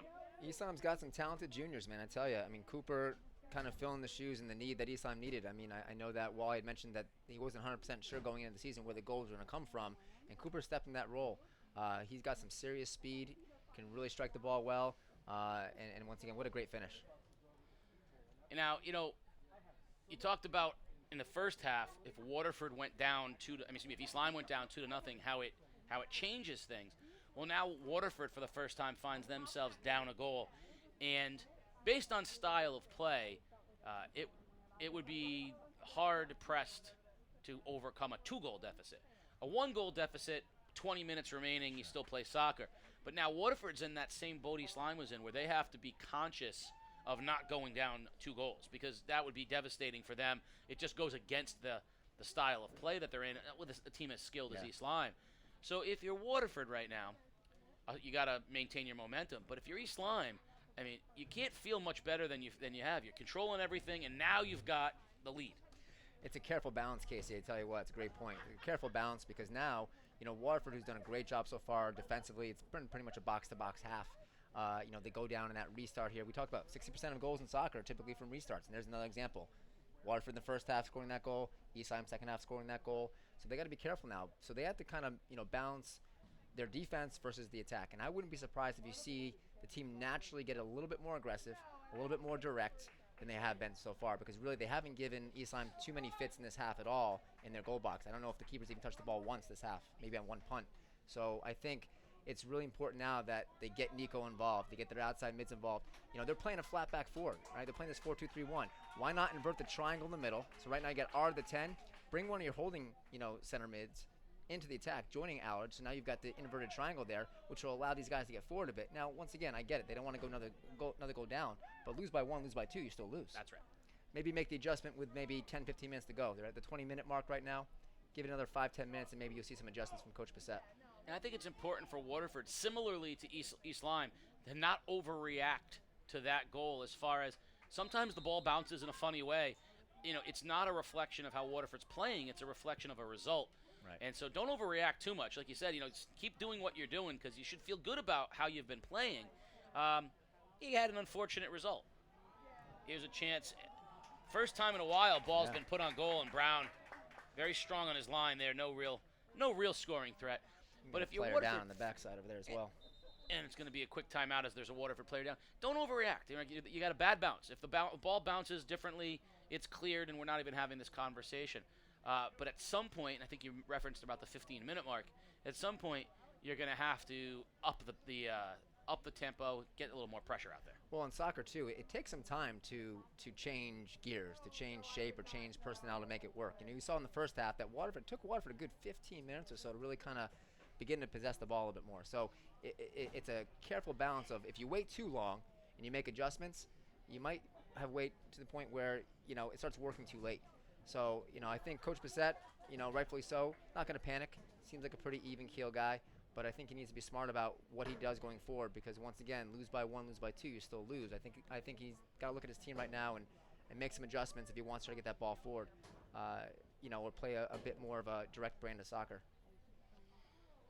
Still tending to the downed Waterford player, and now getting to his feet, and will be heading off of the field with 20:25 remaining in Game 1 of our boys-girls doubleheader here at East Lyme High School. Currently, the home Vikings with a 2-1 lead on a tie-breaking goal from Cooper Pazzaglia.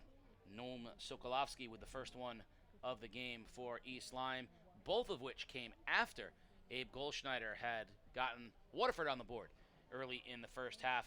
And so the Vikings with a 2-1 lead join us after for the East Lyme Waterford girls, who will be playing at, they're guessing a 3:45 start. We hope that it gets off on time.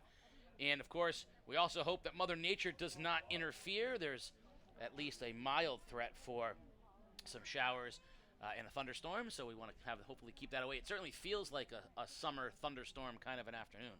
But hey, if you can't make it out to the game, what better place to watch the game from your home computer or mobile or tablet? Stay home, stay dry then. That's what I expect it to be, like the March Madness. I want everyone at their office's computer right now with their phone sitting right next to it, streaming us live. I don't want to go so far as to say, if you love the children, you're watching us. But, it's in that general sentiment. 2-1. East Lyme here now. We're under 20 minutes in the ball game. Waterford with the throw, and they turn it over, and the Vikings now will play it out of their midfield. Kurt Malke puts it up ahead. Ethan Stewart. And Stewart fighting on the far side, loses it, and Waterford will come out with the possession. East Lyme still going at, Kane Salon out there, number 17, outside back for Waterford. And to Kane's credit, he's done a great job of kind of weathering this storm. East Lyme has made no mistake. They've been going at him all game. First half on the right side, second half on the right side as well. He's done a great job of kind of keeping things in check. There was a very sort of veteran move by Zingis. He got the ball, dropped the shoulder. If it was football, we would have called offensive pass interference on that. And then he very skillfully got off a little flick shot in stride, but just punched it wide, and it will be a goal kick for East Lyme. I like the physicality there, though. That's a little trickery right there. You know, it's a little gamesmanship. You give a little bump, and right after you get the bump, ball goes off the foot. Yeah, I mean, soccer's a physical sport. You know, the stereotypes of it not being so are coming from players or people who haven't played the game before. It's a very physical sport. You know, it's supposed to be shoulder to shoulder, some contact. You know, there's pushing, there's shoving. It's part of the game, and it's not always fouls. I think you see this European style sometimes, or some of these cultural situations where people are flopping here and there. That's not really an American thing. American's more of a tough, you know, hard-nosed brand of soccer, and you see that right there, for example. Yeah, and again, I'm with you on that one. I having, you know, played soccer, anybody who thinks it's not physical really doesn't understand the game. It's very physical, and I think it is the European reputation, the concept of the flop. People think it's pretending, but there's a lot of banging going on down there. Yeah, and it doesn't help when the Neymars of the world spend more time on the ground than they do, you know, running around the pitch. So, you know, I think in that regard, when some of your better players have developed a reputation, it hurts the sport a little bit from that standpoint. Here's a chance for the Vikings. Running on is Pazzaglia, and he puts it back for what he thought was going to be a shot from Gonzalez, but it went off the side of his foot, and it'll be a goal kick for Waterford. Well, it's no different in hockey. No one's arguing hockey players aren't tough or that hockey's not a physical game, and there's an entire wave of floppers going on in hockey that drive hockey fans crazy, drive officials crazy, but no one's saying hockey players aren't tough. And maybe if soccer players lost a few more teeth, then we could argue that. The problem is, Colin, is that soccer players are too handsome. You know, you get one Ronaldo in the world, and everyone thinks soccer must lack toughness. You know, no one's claiming that about hockey players. Tell you what, though, Ronaldo is one of the fittest guys on the planet. I mean, his regimen is off the charts. I mean, he's just, I don't care what sport he picked up as a kid, he would have been good at it, you know.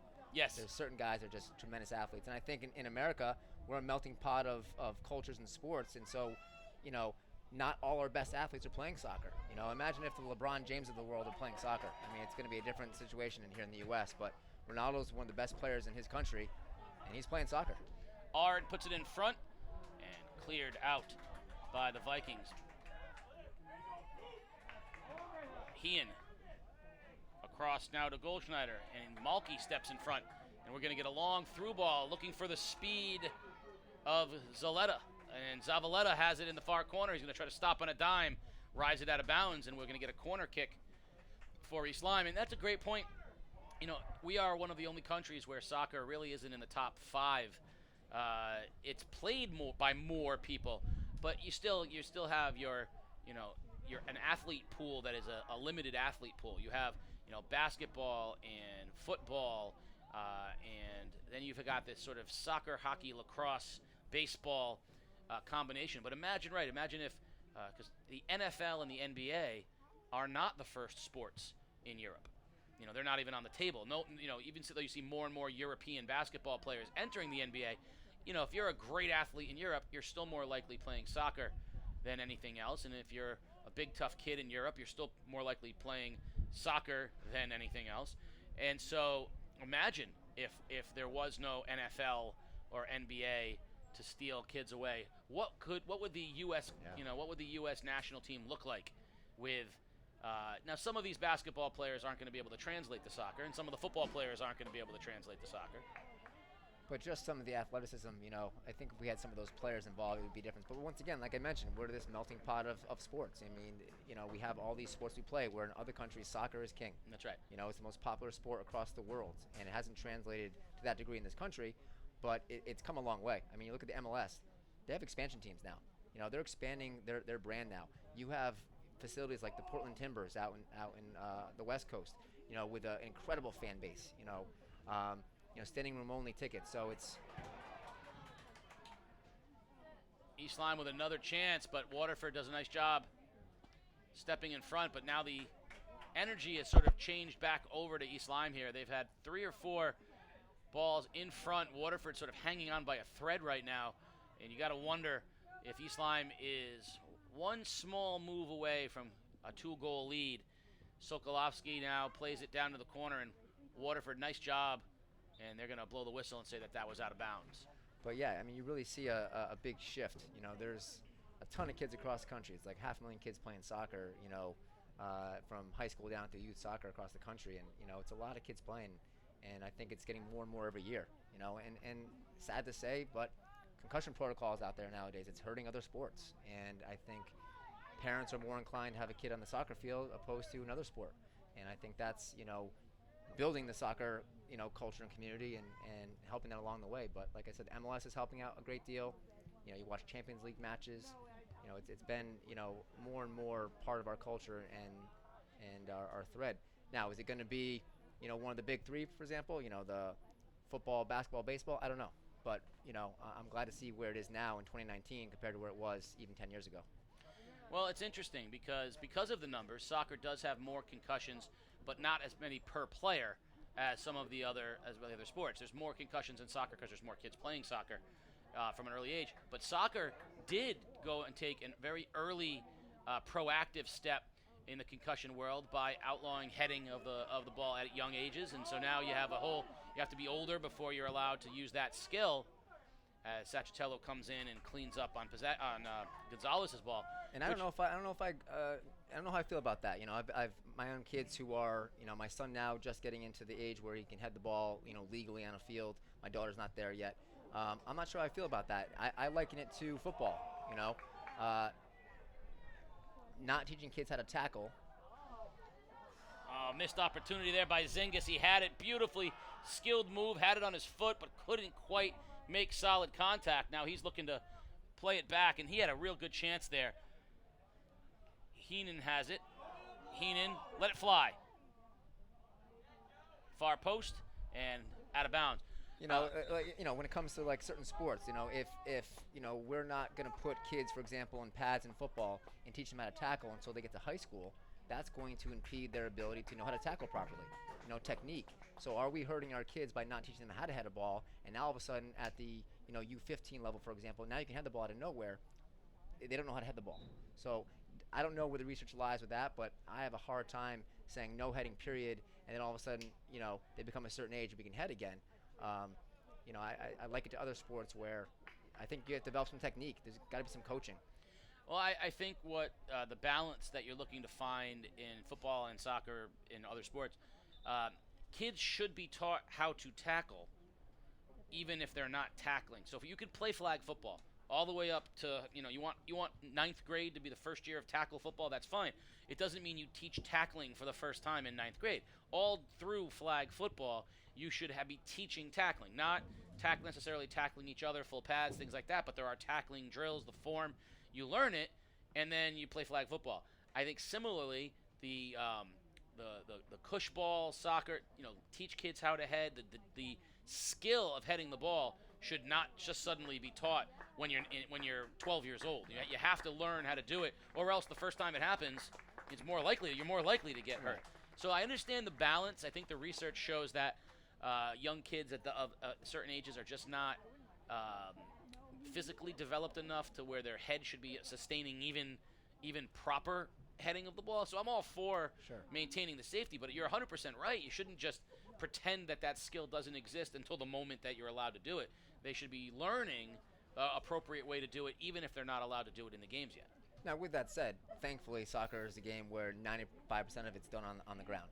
It's touches, it's inside the foot, outside the foot, it's chest balls, it's thighs, and so on. So you're not losing a huge part of the game at that young level. And I think for the most part, we're doing it the right way, because I think technical skills should surpass the ability to be this brute who can win the ball in the air all the time. I think it's something you can develop, but like you mentioned, I think we need to be careful that we don't, isolate that skill in just this age group and up. I think you need to kind of teach it and bring it along so that when they do get to that point, they can do it properly. Absolutely, and if you look at a game like this, which is a highly skilled game, how many balls realistically did we have in the air where we saw a head on the ball? I mean, less than 10. I mean, it's not a huge part of the skilled game. But I always like to think of the law of unintended consequences and what happens. So if you take heading out of the game you're going to force the game to be on the ground, which in theory sounds great, except, for example, if that results in more tripping, falling to the ground, which is where the majority of the concussions come from, in the whiplash on the ground, right, you could end up, creating a less safe environment in an effort to make it. The law of unintended consequences is something that is a fun part of life. So yeah, you don't know what the ramifications of if you try to take heading out of the game. I think this approach now to make it more of a skilled game is the right way to go. So it's not even about heading. It's about playing the ball skillfully, one touch through the midfield, which results in better soccer and not the old kickball run and with the ball being in the air all the time. There's two basic places where heading occurs in the soccer field. It's the final third and the defensive third. It's on a corner kick that the ball is, an in-swinger, out-swinger, players up, and they win the ball. Or it's on a defensive header. Ball is driven in, and as a defender player, you're trying to get the ball up and out. That's pretty much where it happens for the most part. Occasionally on a long goal kick or a punt, but really that's where the vast majority of heading is occurring. So, with that said, I think we're not in a bad place. I think it's a good idea, but, at the same time, I think we need to kind of look at it closely about, what are the long-term ramifications of it. Under 10 minutes now remaining in this ball game. Waterford needs to kind of remount some offense here as East Lyme has taken control of the offensive end. Really, all of the possession of the last 10 minutes has been through East Lyme, with the exception of the one opportunity for Zingis. It has been almost entirely East Lyme possession. Waterford's got to hold a higher line here. I mean, they're sitting, 15 yards behind the half here. They got to get those guys up. If this back four can push to the half, it'll allow the midfielders to stay higher and they get more guys involved in the attack. They're still sitting in this 4-2-3-1. I think they need to think more of this 4-3-3. Get the outside backs to push forward a bit. Bring this line up to the half. It'll get more guys involved in the attack. Because once again, if they sit in this shape and in this mindset much longer, we're under 10 minutes now. I think it might be a foregone conclusion. And East Lyme is knocking on the door. That ball is knocked out of bounds by Waterford, and it'll be another East Lyme corner kick. And you can see the body language of Waterford right now. They're just a little bit tired. All the players are. Hot, humid day. But you see the hands on the knees of the defenseman in the box right now for Waterford. That's a dangerous body language here. East Lyme looking to assault this one away. Low line drive in front. Dangerous ball on a foot. Running up and not getting enough on it is Goose Cumbrell. So it's going to be a goal kick for Waterford. East Lyme has done a good job, on these restarts here. Waterford's had a hard time clearing these balls, and that ball went by 3 Waterford white shirts there before it was finally cleared out. They got to do a better job of winning those balls on the first time. Once that ball gets below your shoulders, it becomes anybody's ball. They got to try to win that ball early, get it out to their outside mids, and build the attack quicker. I'm not saying it's time to press the panic button, but you got to get more direct right now. On average, 10% of shots find the back of the net. So if they want to find the equalizer here, they got to find a way to put some shots in the net in a hurry. And it starts right here by not turning it over in your own defensive end. And Sacchitello quickly comes out. Makes a long throw. I like that move right there. Get it out to the outside. Quick transition. And Sacchitello, great job with that. He understands that, a long ball into a Zingis right now, a long ball into an R or something like that is not going to get the job done. East Lyme is sitting back there. They got their sweeper stopper shape in the back end. They're not going to beat him on a long ball. A 2v4 is just not going to happen. He did a great job of finding the outside mid's foot, build it from that way. I think Waterford's got to do a better job of being direct, but on the floor. Yeah, Grubb and Mazzulli have been so sound for East Lyme, as has Rohan Venkatesh, who has the ball right now. But that defensive group for East Lyme has been very, very sound here all throughout the game. And certainly the only goal they gave up was on a sort of a bad bounce early on, and they have been really locked down since then. Talking about the goals for and goals against, going into this game, Waterford 16 goals for, East Lyme 12 goals against, and almost identical, East Lyme 16 goals for and 10 goals against. So two teams with a good defensive situation here, a positive goal differential, and here we are 2-1 with 6 minutes to play. It's kind of been, the tail of the tape. Yep, 6.5 minutes remaining. 2-1 your score. East Lyme on top in the first of our doubleheader. But if they don't find the some sense of urgency here. I think this could be the final score, or East Lyme could even pop in another one. Waterford's got to find a way to get this ball forward and under control. I do like how Nico's more centrally located in this last probably 10 minutes or so. They got to find his feet. He's very good in the ball. I would say Ard and Nico are probably the two more technical and composed player on the ball. But can they use each other? Can they get the ball forward? Can they attack the end line? They haven't attacked the end line too much. They're playing very much down the spine of the field. Can you find the outside guys? Because we know that their sweeper stopper for East Lyme, those guys are pretty solid there. And not to knock the outside backs for East Lyme, they're all very, very good. But it's one less player. Trying to go through two down the spine. Can you isolate it and go against Rohan on the outside, for example, or the other side? Can we get some isolation on the outside, to some degree? That was a beautiful job of transition soccer right there by East Lyme. 7 different people touched it. Waterford's going to come out of this okay, but that was beautifully elegant soccer by the Vikings right there, where they had 6 different players in the midfield touch the ball. It never had more than one touch on a foot. Just played it deliberately and calmly, and it ended up in a run on goal, but that was really well done. And, again, time is the enemy of Waterford right now.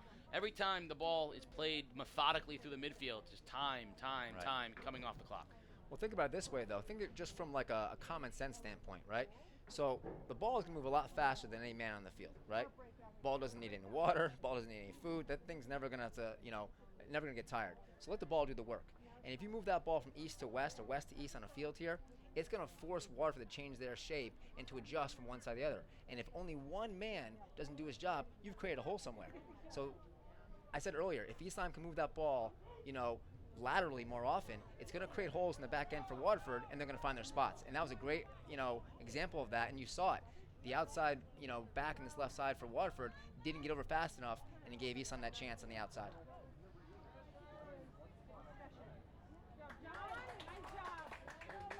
East Lyme comes out of the pack. Here's a through ball, and Sacchitello will have no problem with that. 4 minutes remaining. Sacchitello puts it out to Heenan. Heenan will turn and play it back to Fayen. Fayen will work it up for the Lancers. Heenan's another one. He's constantly checking his shoulders. Not a big guy in the back end, but he's a smart player. I've seen him check his shoulders all game long, seeing what's around him. He knows when he can take a second touch and when he's got to get rid of the ball right away. In that back end, you do not have the luxury of taking your time sometimes. But I tell you what, if we can get Heenan forward, if we can get that right back forward for Waterford, it's going to give a little bit more support to the outside mids for Waterford to get that ball forward and get some opportunities. They got to be direct right now. You got 3 minutes left, guys.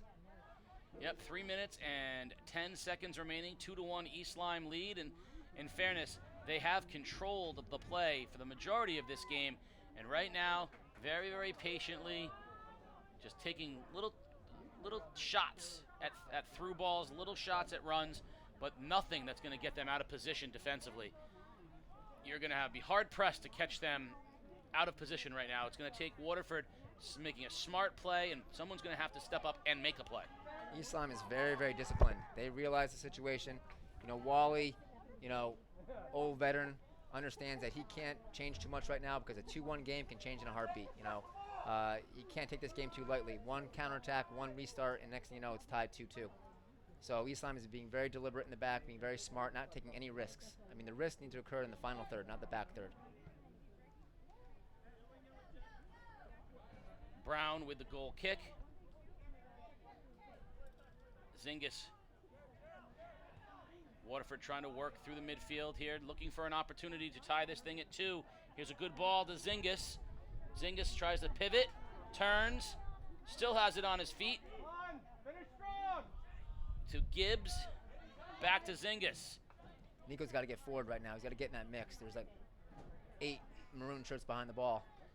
He's got to get in there. Down under a minute, 45 seconds remaining. Can the Lancers get anything going on offense and get a shot off? Got to get numbers forward right here. Get some guys in the box, play the ball direct, make the keeper work, make the back line win the ball in the air. Here's a chance. That's going to go out of bounds, and it's going to be a corner kick for Waterford. And this is their best chance here in a while now. Minute and 20 seconds remaining. They got to kind of get on the ball. Bring Sacchatello up, push the center back forward, get everyone in the box. And Zingis is going to come over to take the corner, and he will take it with about 1 minute and 5 seconds remaining here in the ball game or less. It's going to be under 1 minute by the time he strikes the ball. 1 minute to play in the period. And just banged back out by East Lyme, and now under 1 minute remaining. That ball's got to be more in the mix. That ball, he's got to find the meat of the box there.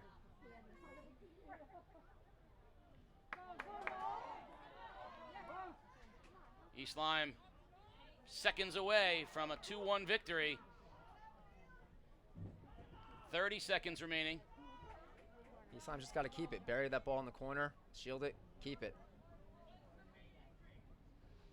And it will be a goal kick, but with only 20 seconds remaining by the time Sacchatello gets this off, Waterford is going to have to just go for the desperation Hail Mary here soon and put something in the middle and see if they can find pay dirt. And Zingis is going to get whistled. He did everything he could there. You had to get physical. Under 10 seconds remaining. 8, 7, and it's going to count it down. And all of the East Lyme girls who said 2-1 Vikings, congratulations, you had the score. It's 2-1 East Lyme, your final here in Game 1 of the Waterford East Lyme Boys ALS Cup. The second game of our doubleheader is due to start in just under 30 minutes. That is the East Lyme and Waterford girls. We will come back in 30 minutes and take you through the second game. So for the coach Colin Delaney and me, Casey O'Neill, we'll have our post-game interviews as well. But in the meantime, stay tuned. Come back in about 25, 30 minutes, and we'll have Game 2 for you. See you then.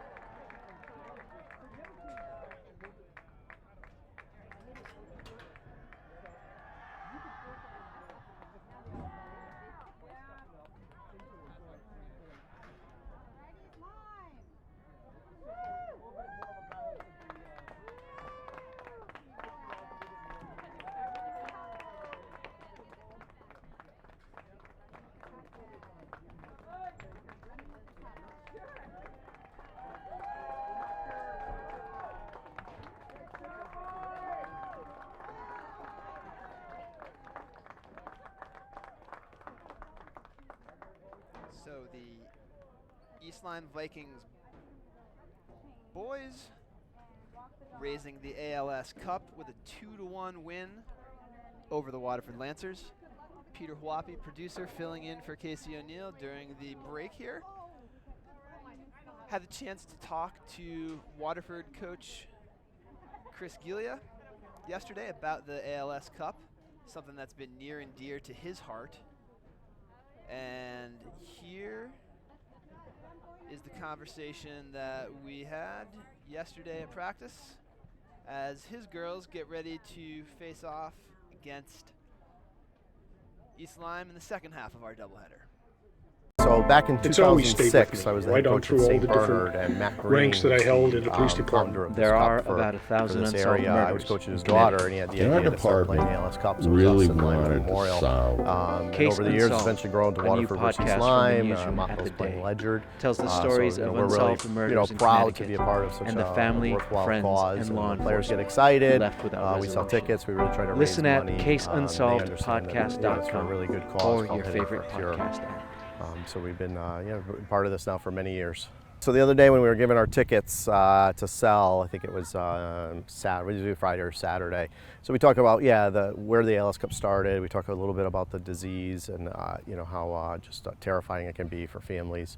So they really buy into that and are excited to be a part of it. We try to do a lot of community things. On Saturday we're volunteering at the Terry Broder Breast Cancer Walk. So it's nice for them to realize it's not about soccer, but it's about representing our school and our community and trying to give back.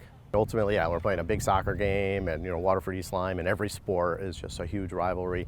But the kids also understand that it's something bigger than just a soccer game, that we're all trying to do our best to give a little something back, so we're unified in that. Obviously, once the whistle blows, it's going to be a very hard game. A lot of the kids know each other, and I've been coaching against Rachel forever, so it's definitely a heated rivalry.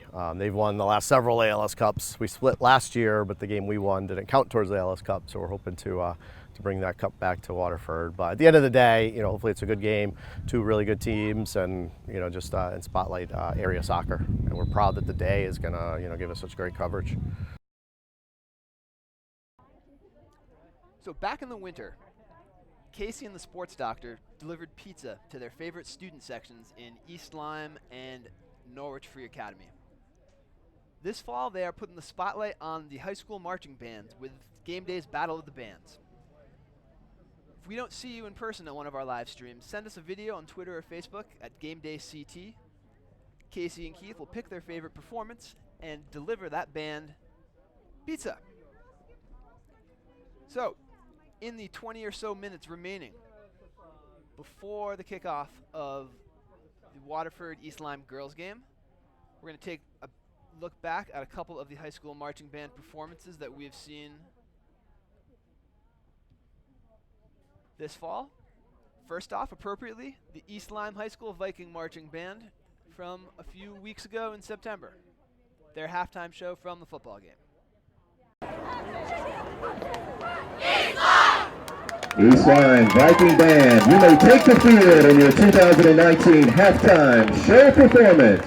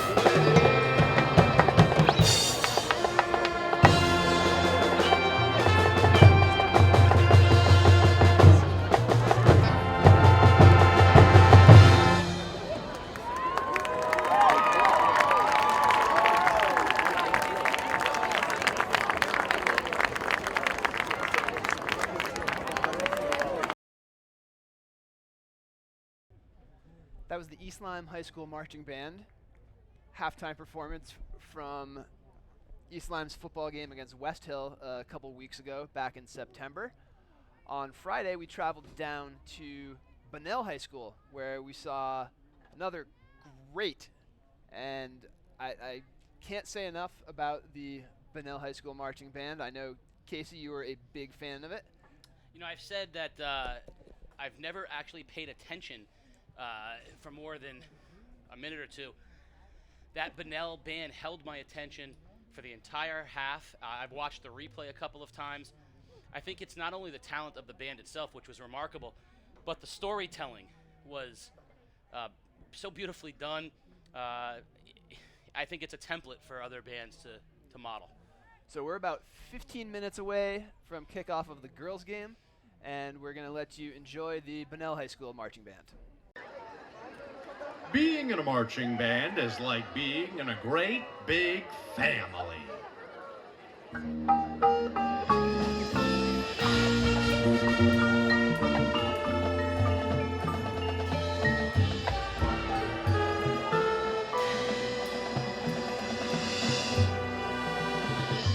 These high school students found love and joy in the Bunnell Band.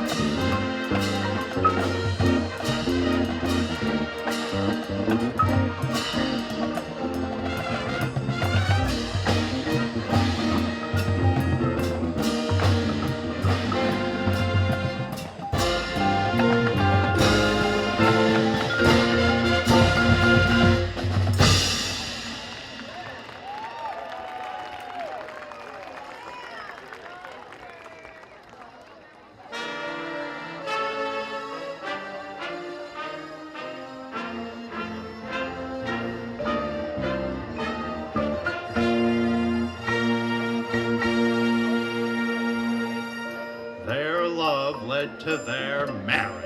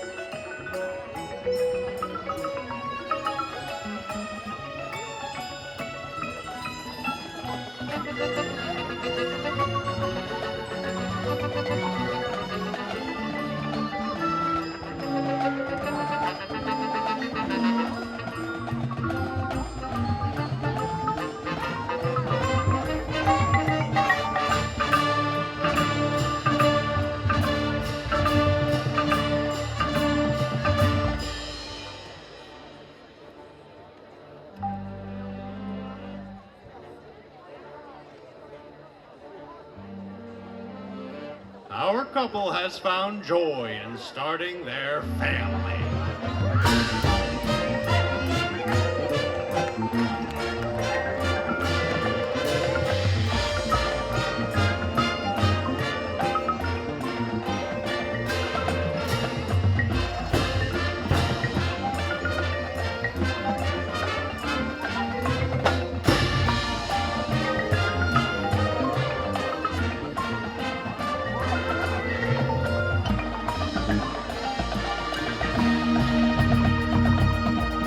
Over the years, many couples have found their lifelong joy in the Bunnell Band program.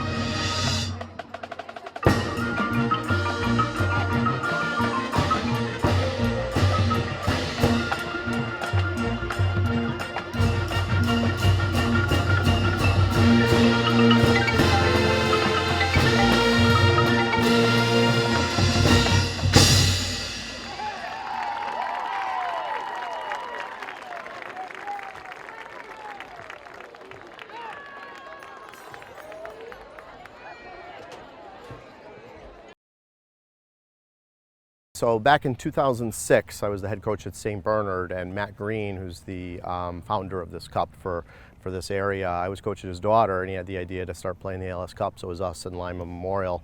And over the years, it's eventually grown to Waterford versus East Lyme, Montville's playing Ledyard. So, we're really, proud to be a part of such a worthwhile cause, and the players get excited. We sell tickets, we really try to raise money, and they understand that, it's for a really good cause called Hitting for a Cure. So we've been part of this now for many years. So the other day when we were giving our tickets to sell, I think it was Saturday, usually Friday or Saturday. So we talk about where the ALS Cup started. We talk a little bit about the disease and how just terrifying it can be for families. So they really buy into that and are excited to be a part of it. We try to do a lot of community things. On Saturday we're volunteering at the Terry Broder Breast Cancer Walk. So it's nice for them to really just not about soccer, but it's about representing our school and our community and trying to give back. Ultimately, we're playing a big soccer game, and Waterford East Lyme in every sport is just a huge rivalry. But the kids also understand that it's something bigger than just a soccer game, that we're all trying to do our best to give a little something back, so we're unified in that. Obviously, once the whistle blows, it's going to be a very hard game. A lot of the kids know each other, and I've been coaching against Rachel forever, so it's definitely a heated rivalry. They've won the last several ALS Cups. We split last year, but the game we won didn't count towards the ALS Cup, so we're hoping to bring that cup back to Waterford. But at the end of the day, hopefully it's a good game, two really good teams, and just in spotlight area soccer. And we're proud that the day is gonna give us such great coverage. They're coming into the season pretty strong. They've won a couple games. They got two senior captain strikers that are kind of putting in goals for them this year. They have a sophomore goalie that's really good. They're combining really well this year. The finishing is has stepped up from last year as well. They just really have been playing as a team this year. They've been passing a lot better. They're playing really well defensively as well. They're strong in the back and can combine from the back all the way up to the front. I think they have a very talented team this year. A lot of good upcoming players and also a lot of good returning players like Angie and Liv Catanzaro. They're really fun to watch this year. They have a lot of girls coming back. They're still pretty young, and I'm really excited to see how they play. I think it's going to be a good matchup, and I think it's going to be a really great game. From what practices that I've seen, they're very intense. They've got a really good coach with Redding. They got very good players, young players too, like Margaret Dunn, Healy. They're very good, and they got some nice senior players like Angie Venditti, Grace Wargo. I think they're going to be a good competition against Waterford. We have players like Claudia Blasquez and Kate Hatcher who can be dangerous up top. They've both been putting in goals, assisting each other, working together on and off the field, like making sure that they can have the best season for their team. Amy Gerard is a solid midfielder that connects passes. Amy Gerard is a very solid player in our midfield, as is Nicole Lee. Nicole Lee, she's just a really technical player throughout the midfield, and she can combine really well. Jackie Puccio, she's like a central defender, and people don't see like how much work she does, but she's always like running after the ball, like hustling, making a hard tackle, last defender. Solid center back that sits back and plays out of the back, holds the defense down. Kenzie, she's really good. We scrimmaged boys versus girls over the summer, and the boys got a little frustrated because she was saving some of their shots, and she's really good. She can distribute well and like she comes out when she needs to. And I think in the midfield with Angie Venditti, I'd say Angie is very strong defensively, and she has a lot of good like ball control and stuff. And Meredith Healy. Healy is very fast, very, very fast. So I like watching her play. She's very good. And Olivia Catanzaro, you got a lot of speed. Liv is very good on the ball. Liv Catanzaro.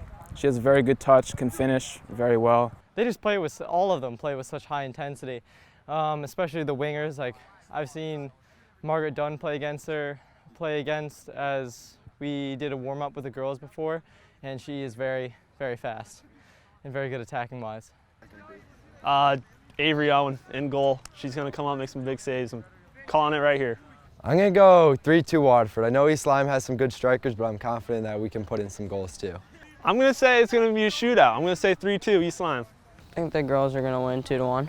2-1 will be my prediction. Us. I say they win 3-0.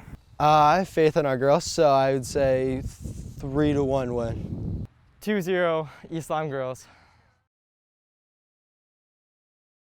The following is a presentation of the day.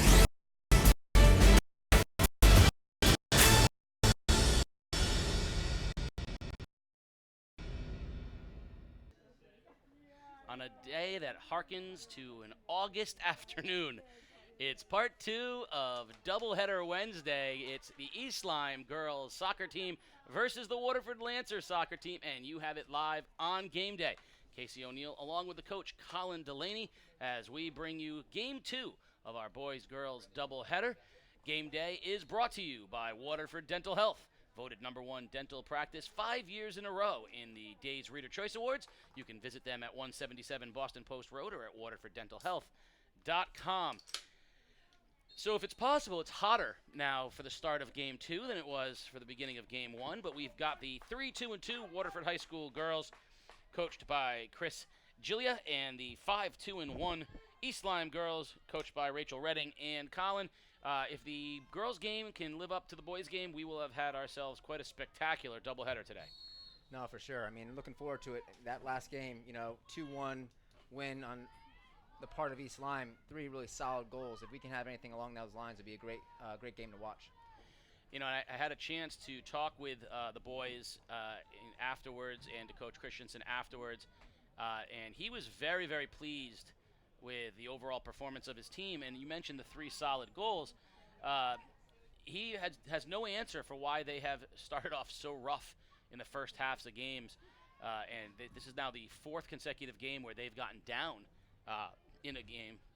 But he was very, very pleased with his defense, and he was very pleased with the timeliness of his scoring, and that was something that we weren't sure exactly, would East Lyme break through. Now today, I think in the girls' match, we have a similar scenario. Maybe East Lyme might be considered the more precise or skilled team, but Waterford is a tough, physical, and talented team as well. I think East Lyme is going to look to control the ball through the midfield where they have some very talented kids, and Waterford is going to rely on big plays and some real physical, talented girls, and so this should be a good one. We got 2 very different coaches from last game. Last game you had first-year coach Josh Brissett against, was it like 35-year coach, Paul Christensen. So you had 2 very different experience levels there. In this game, Coach Redding and Coach Gillia, certainly their resumes speak for themselves. They've been coaching a long time, and I think they'll have their teams very well prepared. The early going here, the ball has not left the middle of the field. Both teams kind of feeling each other out. And East Lyme and Waterford underway here in Game 2, ALS Cup at East Lyme High School. As always, we want to make mention of the keepers now for East Lyme. It is a veteran, Avery Owen, the senior, and she has been involved in these games for years. On the other side of things, Mackenzie Gregory, only a sophomore, starting in goal for Waterford. Yeah, I mean, you have an interesting, situation. I know Coach Redding had mentioned that her team is fairly young this year, but they certainly have started off well. I mean, sitting at 5-2-1, 22 goals for this year and only 8 against, to Waterford's 13 goals for and 9 against. East Lyme scored almost twice as many goals as Waterford has this year. So it should be interesting to see if East Lyme can get that goal parade going again today. Well, you look at some of the names on East Lyme, and you see names like Karenna Kung. Obviously, that's the Kung name is a very familiar one here at East Lyme. Meredith Healy, Ella Mazzulli. So the sisters of soccer players and of players that have already come through, whether it's on the girls or boys side. The younger sisters now, these are the ones, they've been competing against their siblings for any number of years, and I promise you, their brothers and sisters gave them no quarter in those battles. So I do think there is something to be said about the younger siblings of players that come through a program, and they know the program, they know the expectations. The same thing is true on the Waterford side of the ledger as well. Yeah, I mean, you got James Gregg just graduating last year from Waterford. His sister Kendra Gregg on the Waterford side. So you definitely have some siblings here from previous players, and certainly those younger players have had to live up to the expectations of their older siblings, and I'm sure you'll see a lot of effort out of those players tonight. Not a lot in the early going here, just both teams kind of trying to feel each other out, and now Waterford will take over, and the ball rolls out of bounds. I've always found it interesting, for whatever reason, girls soccer seems to have a large number of sisters. There's, I think Plainfield has like 26 sets of sisters on one team. And they're all twins or triplets. That's right. So it's, but there is something to be said about sisters and brothers in soccer, and both of these teams are littered with kids that have played on the programs before, and we'll see who's going to step up first to get the first opportunity in today's ball game. The heat certainly had its effect in game one. Coach Christensen thought his team's conditioning and speed definitely made headway late in the game, wearing down Waterford, and it is no less cool. As a matter of fact, like I said, I think it's hotter now than it was a little bit earlier. So, well, I think the humidity is what's catching up to us now. I mean, there's definitely some weather heading our way later on today, and I think just the air's gotten thicker, and certainly I'm sweating profusely the second game as Casey wipes his head with a piece of paper. Big kick off the foot of the Waterford sophomore, Mackenzie Gregory, and she's got good size for a keeper.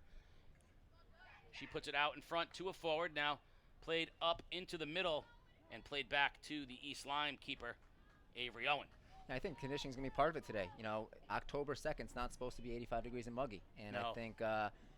I think the coach need to be mindful, especially in the midfield, how conditioned their athletes are, and making sure they get water. I know in the first game they had water breaks halfway through, because at this point in the year it's not typically 85 degrees and humid.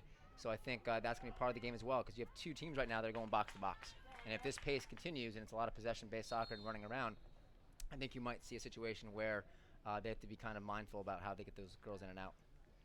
Just underway here in the first half of game two. East Lyme taking game one, the boys doubleheader, 2-1. Coming back from a 1-goal deficit in the early part of the game to score 2 unanswered goals. Now Waterford and East Lyme girls on the field looking to see if East Lyme can make a clean sweep for the Vikings in the ALS Cup. Waterford looking to salvage a 1-1 in the boys-girls matchup, and that ball will roll out of bounds, and it will be a goal kick for the Vikings.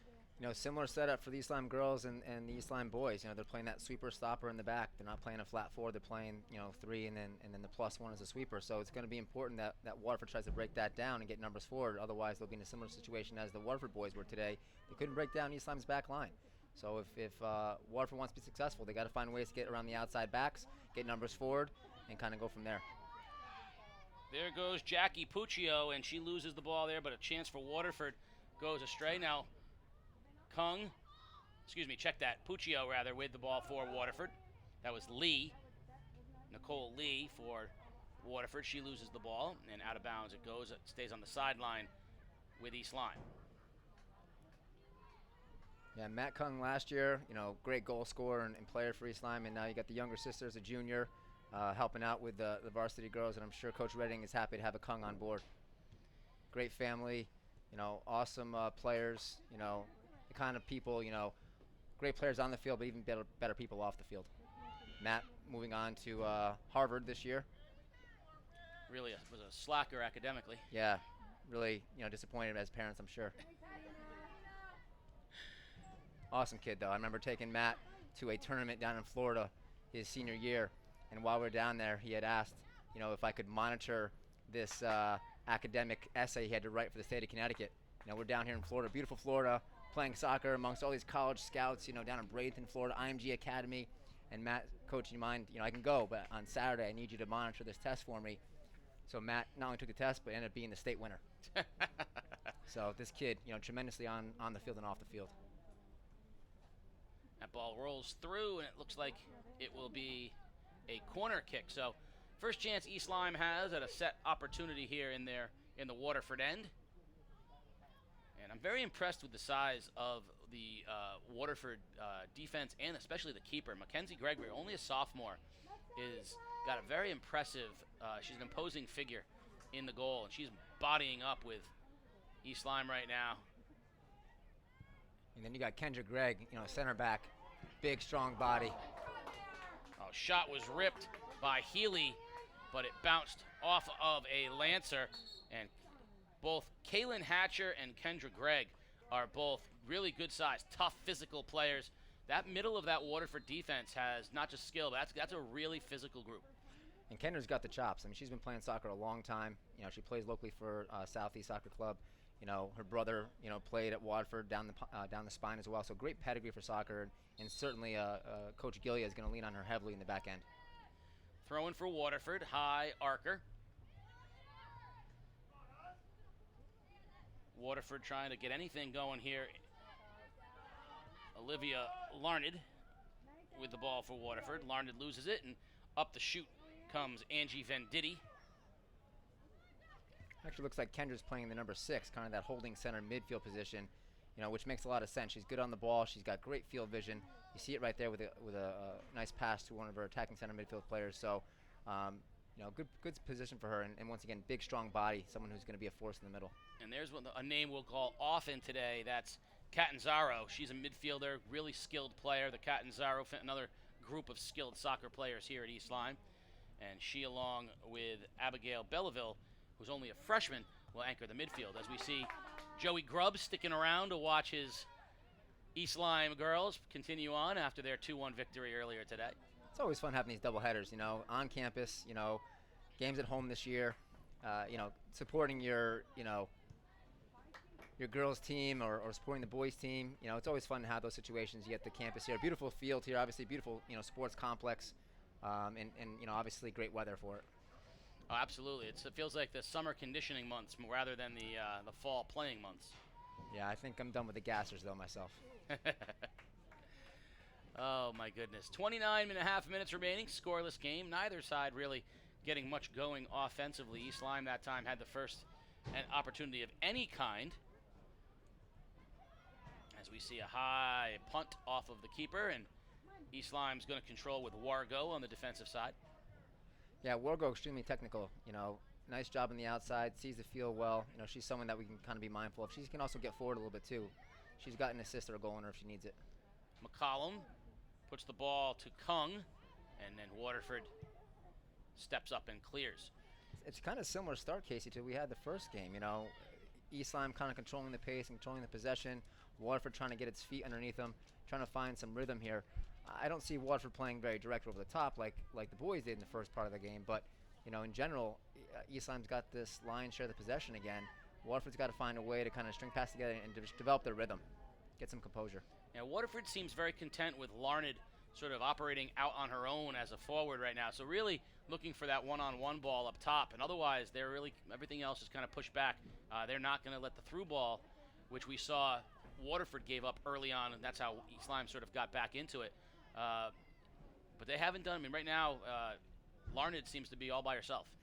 Yeah, they have her playing up top kind of by herself, isolated. And once again, when East Lyme's playing that sweeper stopper, she's got to be 2 players there. One sitting back, 5-10 yards behind that center back. So, she's going to need some help from the outside mids. Dunn battling Emily Gates, and out of bounds it will go, Waterford ball. Now, I've had the opportunity over the past few years to sort of get back in touch with girls soccer on the local level. Of course, my niece, Alexis DeLucia, a all-conference soccer player at Montville.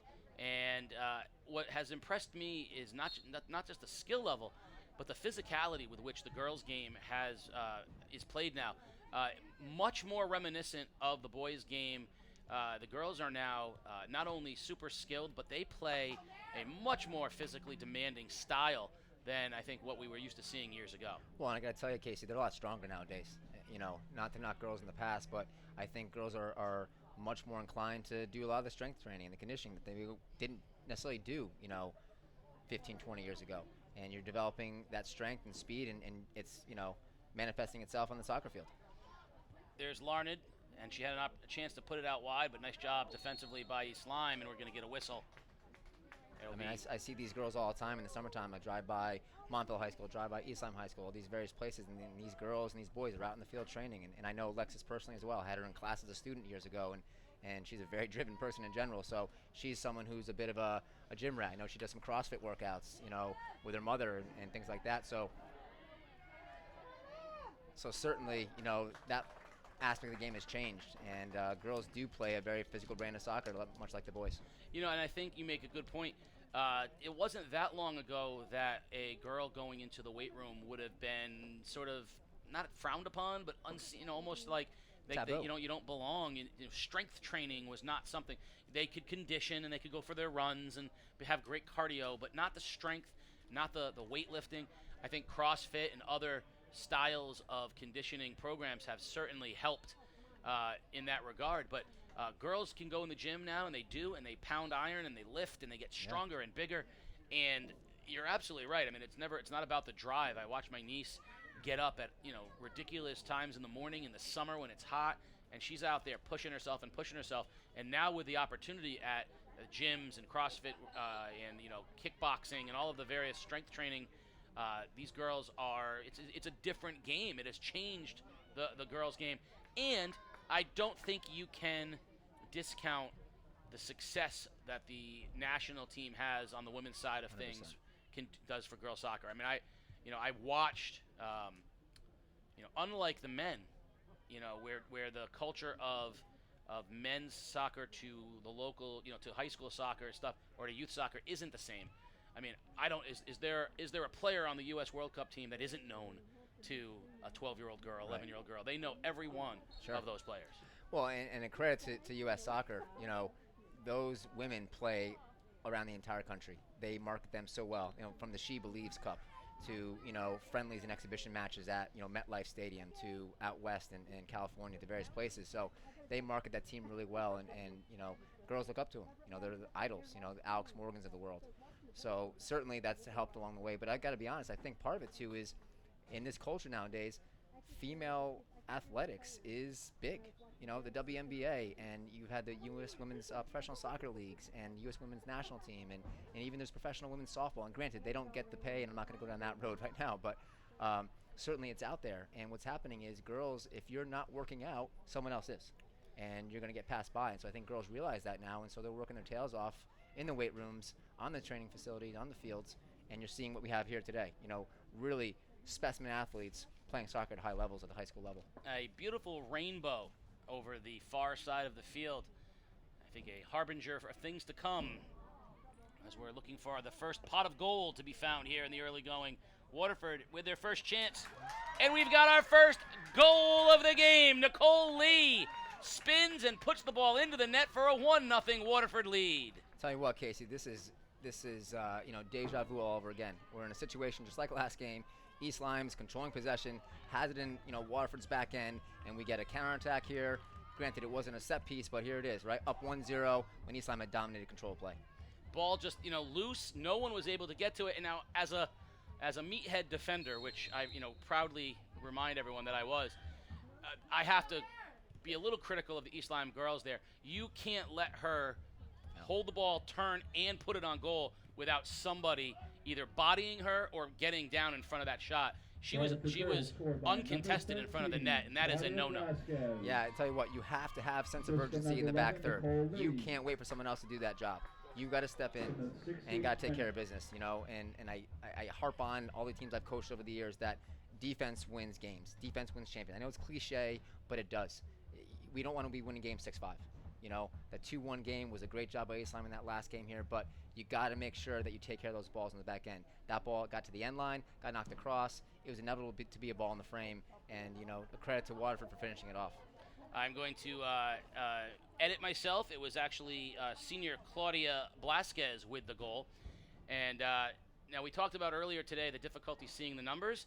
I have number 11, Nicole Lee, and number 13, Claudia Blasquez, both with long flowing hair down covering the number on the back of their jersey. So I think next year we're going to institute a man, a woman bun for all athletes here. Got to be able to see those numbers. But Claudia Blasquez, the senior, gets Waterford on the board, 1-0 Lancers. I do think that the women's professional sports was not an option as a career until recently, but I do think the women's games, both soccer and basketball, do a much better job marketing to the youth groups than even the men do. I'm the travel basketball director for Colchester, and the Connecticut Sun reached out, and they reach out to every youth league, and they want you there. They want to try to get you there. Speaking of the Sun, who got on top 1-0, here's another chance for Waterford, and a shot off of Lily Abramowitz goes wide left. It'll be a goal kick. Connecticut Sun, who tied up their finals with Washington, 1-1 last night. But they reached former coach Mike Tebow. Mike Tebow, that was great. Watching the two of them go on the sidelines. But yeah, they reached out and they said, "What do we need to do to get you here? How do we get you girls here?" And the Connecticut Sun players came to a Colchester basketball practice. So all of the travel basketball girls in Colchester, ages 4th to 8th grade, got to go to have a practice, and the practice was run by Connecticut Sun players. I mean, that's an incredible outreach program. Tell you what, Casey, because they have to. The men's leagues don't have to. They have, the NFL is a multi-billion-dollar league, and Major League Baseball and NBA, they don't have to reach down into the youth because they already have the following. The WNBA, the women's leagues and things of that nature, they have to reach out to, they got to develop fans. They got to develop a fan base. You're not going to convince someone who's 35 to 55 to become a fan out of nowhere. If you catch a kid and hook them at a young age, they'll be a fan for life. And so that's smart by the WNBA, and I think it's very common in women's sports, as you mentioned.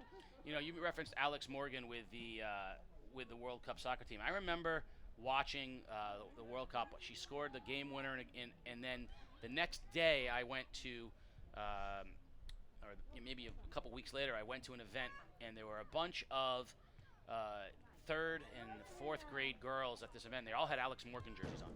And it was clear the impact that it had. You watch 3 or 4 Connecticut Sun players come and run a practice for the girls, and you're exactly right. You're hooked. They're fans. They're not going anywhere.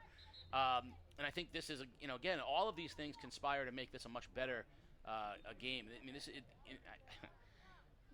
and it helps when they're good. I mean, you got the Connecticut Sun in the final. Yes. They were great under on Coach Tebow. When he was back here, back in the day, Mike Tebow, former East Lyme resident. And then it comes full circle, and they're back in the final again, Connecticut Sun. So girls see this. It's like anything else. You grow up, and if a local team is good, you're hooked. Well, we're at the 20-minute mark in the first half. 1-0 Waterford on top, and game day, as always, is brought to you by Waterford Dental Health. At Waterford Dental Health, your smile and your health are their top priority. They're located at 177 Boston Post Road or at waterforddentalhealth.com. Casey O'Neill along with Colin Delaney, and just talking a little bit about how much we talked about the skill level of the boys, but I don't think anything has grown more than girls sports at the high school level. You go to any of the girls games, whether it's basketball, softball, soccer, and it's remarkable how talented the groups of kids are out there. And in this game here, it wasn't that long ago where even though a girls game might have been competitive and it might have been entertaining, it was a noticeable difference between the two. It's not a noticeable difference between the two, and that's a real testament to how far it's come. There's certainly a lot more parity in soccer, on the girls' side nowadays. You get a lot of big battles, the East Lyme Waterford rivalry, and Woodstock Plainfield up north, and so on and so forth. So certainly you have a lot of parity in women's sports, but I think help grows it even more. If you have blowouts 7-0, 8-0, it doesn't necessarily provide a lot of that juice that we have in this kind of game today. Yeah, the Woodstock Plainfield rivalry is a great example. Those two schools have gone head-to-head now 4 years in a row, 3 years in the finals. Plainfield unable to overcome, and the Carlson sisters at Plainfield, who are seminal players in Plainfield, they opened the season, Plainfield and Woodstock, and they won. They put up 5 goals against Woodstock. That was the first time Plainfield was able to actually win. So they went from getting blown out to getting competitive to sort of thinking they should have won the game to finally winning the game. The next step for Plainfield would be an ECC championship. But you're right; those rivalries have also served to make the game that much better. And Plainfield and Woodstock, for Plainfield, which is a small school, and Woodstock, I mean, those games were epic. I mean, some of the best highlights we've had on game day have come through those teams. I'll tell you what, right now, Casey, it's not going anywhere anytime soon. I work in Plainfield now, as you know, and at Plainfield Middle School, I think it's the QVGCA, whatever it might be, that league up there. Plainfield Woodstock, that rivalry is big, even at the youth levels. Every year it's back and forth. So Plainfield Central Middle School plays against the Woodstock Middle School each year. We played them yesterday to a 1-0 win. And I tell you what, it's circled on the calendar. The players know it, the coaches know it, the communities know it. I mean, we had a big crowd yesterday at our field for this game. This is a middle school soccer game. So I think that's a great thing in that situation. And I think it sheds some light on what should happen back here more. We've lost so much of the middle school sports in this area, and I don't know why. You know, we have some affluent communities down there. Why we can't figure out how to get middle school sports competitive again is beyond me. Plainfield and Woodstock can handle it. Brooklyn can handle it. Thompson can handle it.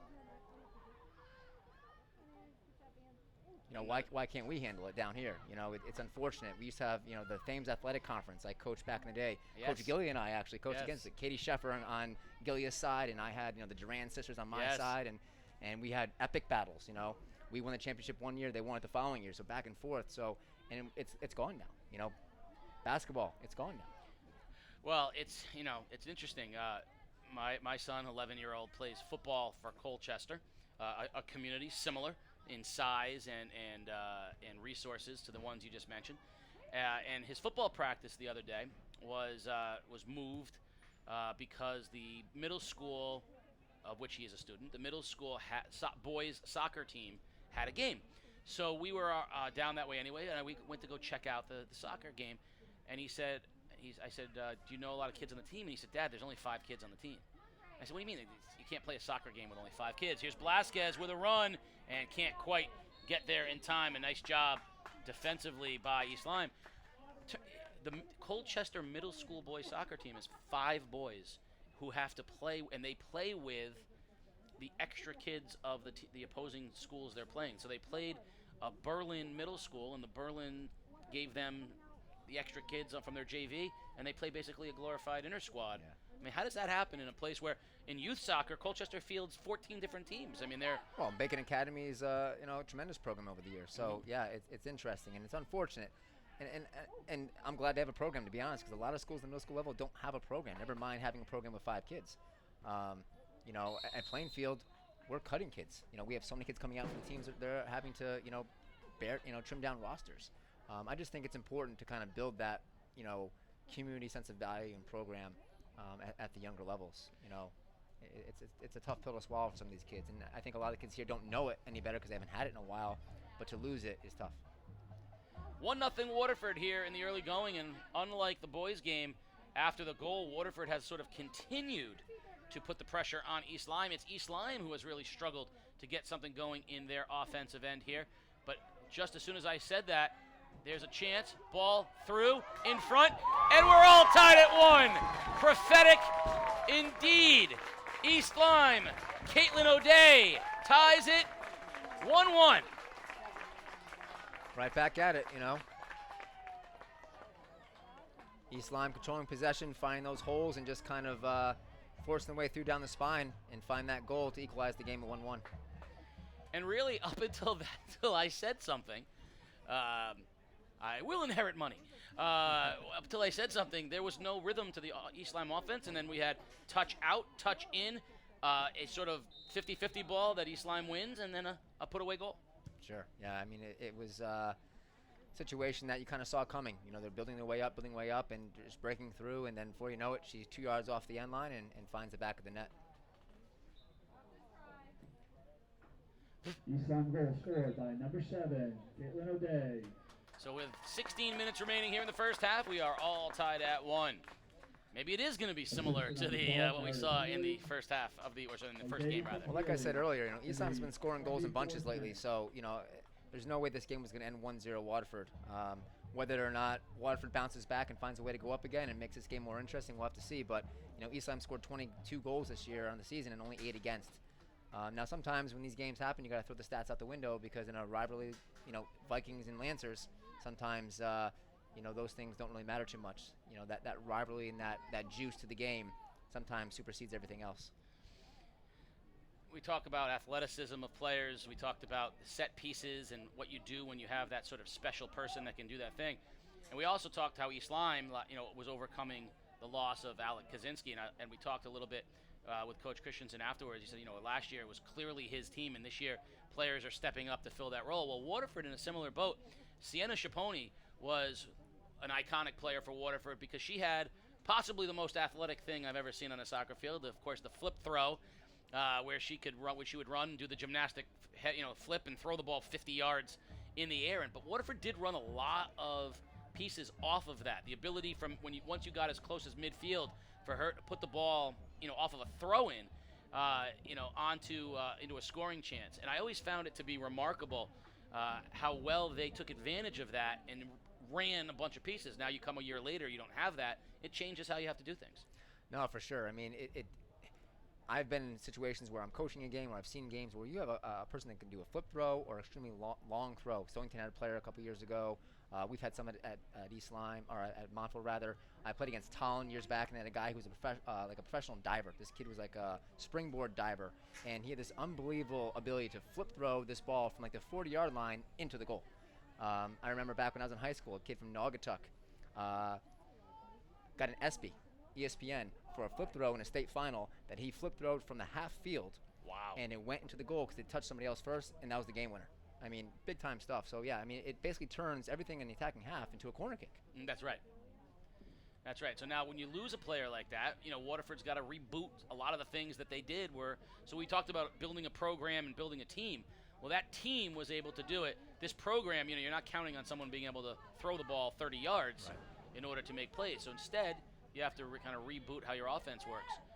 And right now, East Lyme on the attack. Nice ball put in front, and a beautiful save by Gregory on the low shot to her right. Went down to the ground nicely and made the stop. And East Lyme's gotten some life now. I mean, after that goal to tie the game, you can see them really push forward here and a little bit more energy involved, and they're really kind of getting the ball into that final area of the field, and they're testing the back line and the keeper of Waterford. See a big boot by Gregory as well, and Karina Kung with the head ball. I thought she was going to get driven into the ground like a nail. That ball was coming fast. Waterford's got to be careful here. They have the back line of the four here, but they're leaving some big gaps, and they don't have the luxury of playing that sweeper like East Lyme is doing. So they got to be careful because Waterford's doing, or East Lyme rather, is doing a really good job of playing those balls in those gaps and those holes, and players are running onto it. With that first goal, you see numbers getting forward and the ball finding a hole, and then she's able to finish it. So if Waterford doesn't, adapt to that east to west swing and plug those holes, East Lyme's going to find themselves into a scoring opportunity again. I feel like East Lyme has a chance, and they haven't done it.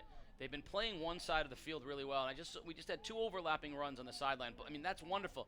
But I felt like if at any point someone had stopped and turned and changed fields, that there was going to be a lot of space and a lot of room for a run. We talked about that in the first game, that when East Lyme changed fields and they hit the weak side, it opened up all kinds of opportunities because Waterford was kind of slow on the boys' side to shift from left to right or right to left, and it opened up the opportunity on the weak side, and those players were able to attack the end line, knock the ball across, and give some scoring opportunities. So I think, once again, this ball is going to move a lot faster than you are. Let that ball do the work, switch the fields, and find some opportunities on the far side of the field. Find that far post. Nice battle. And that'll go off of Emily Gates. And so we'll have a corner kick for East Lyme. Nice work down there. Margaret Dunn was battling with Gates. Two sophomores, very talented on both sides. Here's where I think Waterford's going to have the advantage here. They got some big bodies in there. I think it'd be smart for East Lyme to have some, prescribed set pieces here to avoid the height and size of Waterford. Venditti with the corner, puts it in front. Off a leg, high in the air. Beautiful job by the Waterford back line, knocking it out with the head ball. That's a great job by the defender. Now Waterford just can't get it out of its own way right now. Back inside, a little touch, and it'll roll wide. Goal kick for Waterford. Those are super dangerous. For a keeper, that makes you nervous because when that ball's bouncing around on the ground, you can't tell where it's going to be. All it takes is that ball to roll to someone's foot, and next thing you know, it's in the back of the net. So as good a job as the back line of Waterford did heading the ball out, that's another, of my limited soccer knowledge. I just remember, push out, get your bodies moving forward. I felt like there was a lot of standing around there, kind of waiting for someone to clear, and it just created congestion, allowing the ball to stay in. And that's where training sessions come in, Casey, because I got to be honest, if you're not doing set pieces and training sessions and working on your roles and working on where players need to be, that's very common. Players watch the ball go in, they head it away, and then, they're not watching around them. And then the ball bounces out to someone who's left their mark. And like we saw in the first game, the first Waterford goal, ball bounces out on a set piece, guy top of the box, right? Goal Snyder knocks it away. Second half, same deal. Waterford knocks the ball away, Pazzaglia's out top, knocks it away. So if you are, ball watching, so to speak, you're going to find yourself in a lot of problems. Waterford, Anna Kovacs in the far corner. She's doing battle with Venditti, and East Lyme will come out of the pack with that one. And that goes off of Dickinson, and it'll be an East Lyme throw. Now they're going to say, yep, Viking throw. I can't stress enough the importance of really trying to practice those set pieces, both defensively and on the attack. I think a lot of times coaches do a fairly good job of practicing set pieces from an offensive standpoint, but I think sometimes the lost art about where you need to be defensively. Are you going to play a zone? Are you going to play man-to-man? Where do you need to be? Who's on your front post? Who's on your back post? Does your keeper want one on a post or two on both posts? There's a lot of little nuances that you have to kind of consider when you are coaching, so the players are aware. You don't want these players having to second guess themselves in a set piece of where I should be, because when that happens, someone inevitably gets left open and then goals are scored. See, right there was a good example of where I thought there was an opportunity for East Lyme to change fields. They kept trying to work that side, and instead now you're going to get a scoring opportunity for Waterford, and Hatcher lets fly wide, goal kick for East Lyme. I felt like East Lyme, again, they're doing multiple overlapping runs, which I love, and I love playing the ball out of it, but once it clears midfield, if you want to try to open up the middle, go the other direction. I'd love to see that one time. Yeah, you definitely want to play it wide out of the back. But once you get to the middle third of the field, you got to try to find those holes. And a lot of times, players are not checking their weak side shoulder to see what their options are. Waterford with a chance, and the shot up and sails high. Amy Gerard had a nice little one-touch move, but that sails high, and it'll be another goal kick. Now, East Lyme, senior Avery Owen, if there is a part of her game that's not the strongest, her goal kicks are not deep, so Waterford has been pushing up a little bit and pressuring the goal kicks. Here's another chance, and it's right in the middle, and it's kept in by Waterford. In front, Hatcher, and again, high and out it goes. It'll be another goal kick, but you're seeing Waterford is really putting their people up and challenging Owen, because she just doesn't have the leg to really get it past that first third. Sure. I mean, a lot of times, in high school soccer, we're so busy in the fall, you can't always get out to scout these teams, especially early in the season. So you always tell your players, be mindful where the goalkeeper is punting and kicking, so you have a better idea about where you can kind of set yourself up. Once you see one or two, you have an idea, and you got to take advantage of a short kick. Get numbers up, get the ball on the ground, and find some goal-scoring opportunities. East Lyme now through the middle of the field.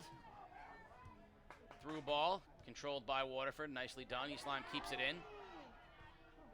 And here's where Waterford is going to be in trouble. East Lyme shot up and high off the foot of Catanzaro, and it'll be a goal kick for Waterford. You know what I've seen, Casey, a lot, and I don't know what foot Catanzaro is. I haven't watched her enough this year, but you see a lot of players nowadays on the boys and girls side of the ball that really are multi-footed players. And, back when I played and when you played, it wasn't as common. It occurred, but people were pretty much dominant-footed right or left.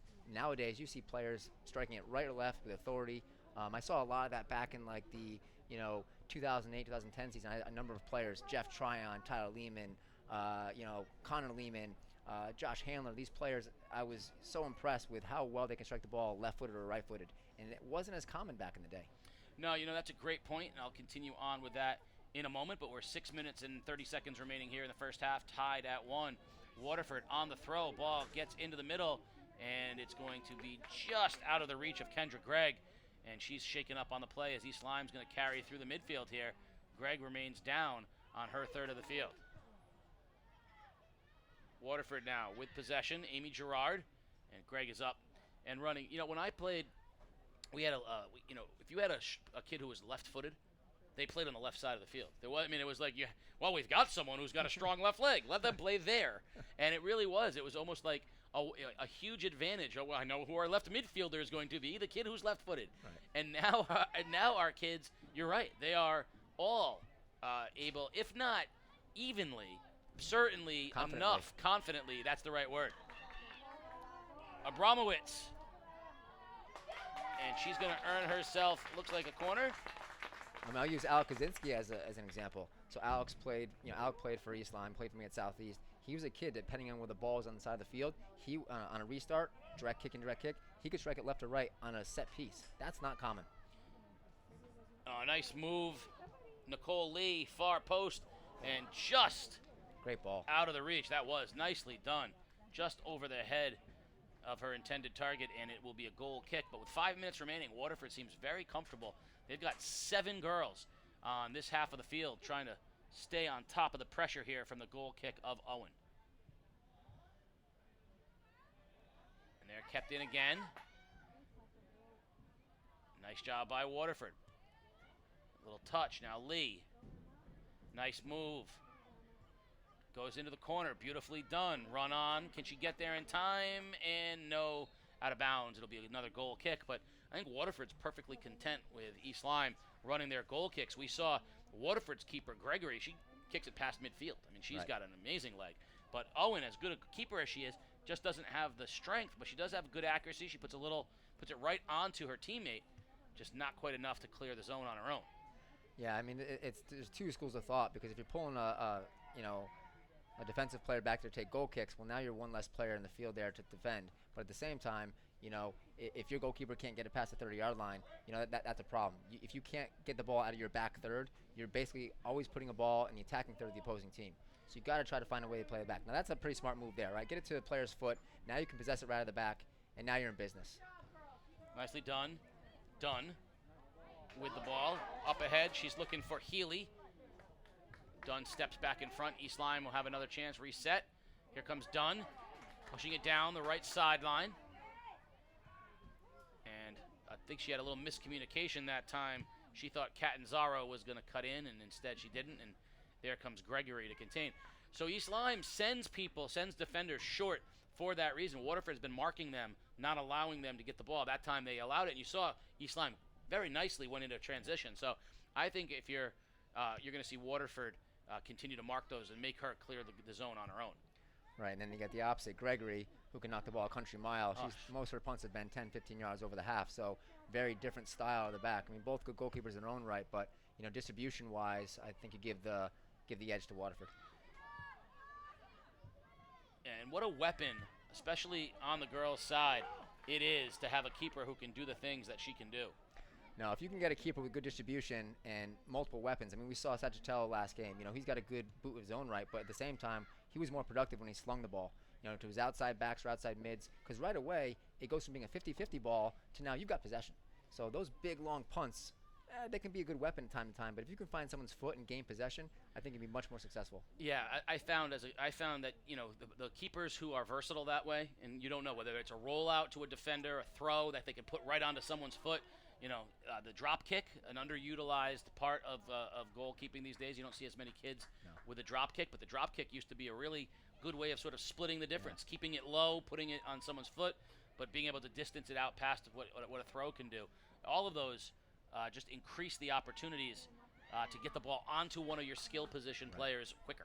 Well, when you see goalkeepers that have those kind of weapons, whether it's a sling over the top, whether it's a bowl, whether it's a drop kick, that they've been trained. They're getting proper training, because that's not something that you just pick up on your own.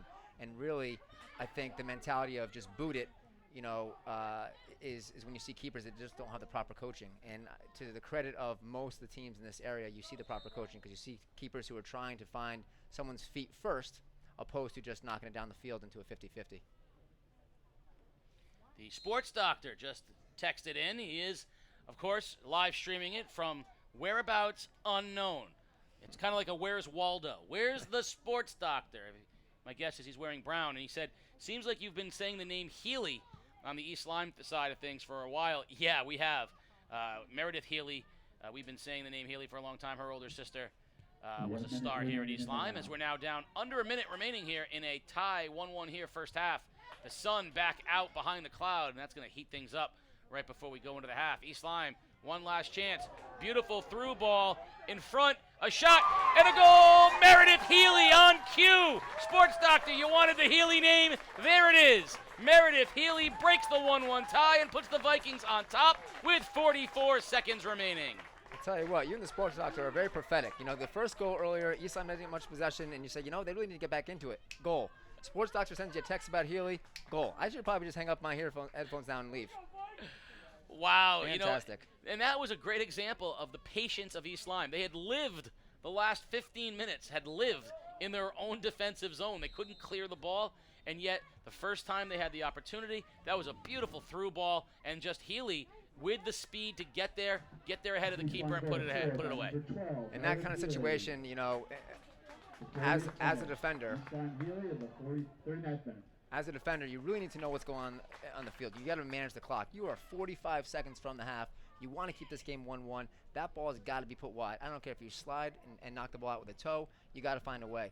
Obviously, you know, she had a bit more pace and got to the ball first, but you got to find a way. It's very deflating as a team to go down a goal, you know, with under a minute to go in the game, or in the half rather. 5 seconds remaining here as we count down, and that's going to take us to the half here at East Lyme High School. The Vikings on top 2-1 over the Lancers. And as we did in the first game, stay tuned for a feature where we ask the East Lyme and Waterford boys to scout and give their idea of their counterparts on the girls' team, including a prediction for today's game. They're coming into the season pretty strong. They've won a couple games. They got 2 senior captain strikers that are kind of putting in goals for them this year. They have a sophomore goalie that's really good. They're combining really well this year. The finishing is has stepped up from last year as well. They just really have been playing as a team this year. They've been passing a lot better. They're playing really well defensively as well. They're strong in the back and can combine from the back all the way up to the front. I think they have a very talented team this year. A lot of good upcoming players and also a lot of good returning players like Angie and Liv Catanzaro. They're really fun to watch this year. They have a lot of girls coming back.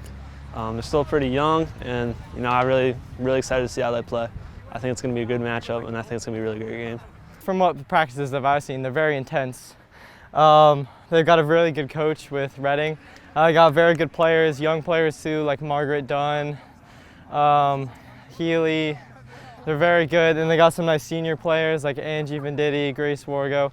I think they're going to be a good competition against Waterford. We have players like Claudia Blasquez and Kate Hatcher who can be dangerous up top. They've both been putting in goals, assisting each other, working together on and off the field, like making sure that they can have the best season for their team. Amy Gerard, just a solid midfielder that connects passes. Amy Gerard is a very solid player in our midfield, as is Nicole Lee.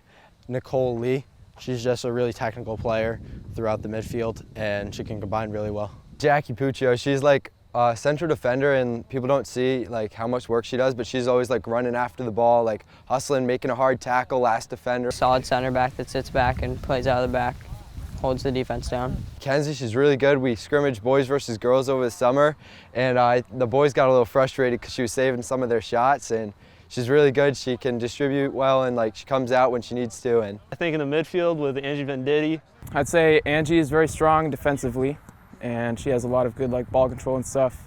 And Meredith Healy. Healy is very fast, very fast, so I like watching her play. She's very good. And Olivia Catanzaro, you got a lot of speed. Liv is very good on the ball. Liv Catanzaro, she has a very good touch, can finish very well. They just play with, all of them play with such high intensity, especially the wingers. Like I've seen Margaret Dunn play against as we did a warm-up with the girls before, and she is very fast and very good attacking wise. Avery Owen in goal. She's going to come out and make some big saves. I'm calling it right here. I'm going to go 3-2 Waterford. I know East Lyme has some good strikers, but I'm confident that we can put in some goals too. I'm going to say it's going to be a shootout. I'm going to say 3-2 East Lyme. I think the girls are going to win 2-1. 2-1 will be my prediction. Us. I say they win 3-0.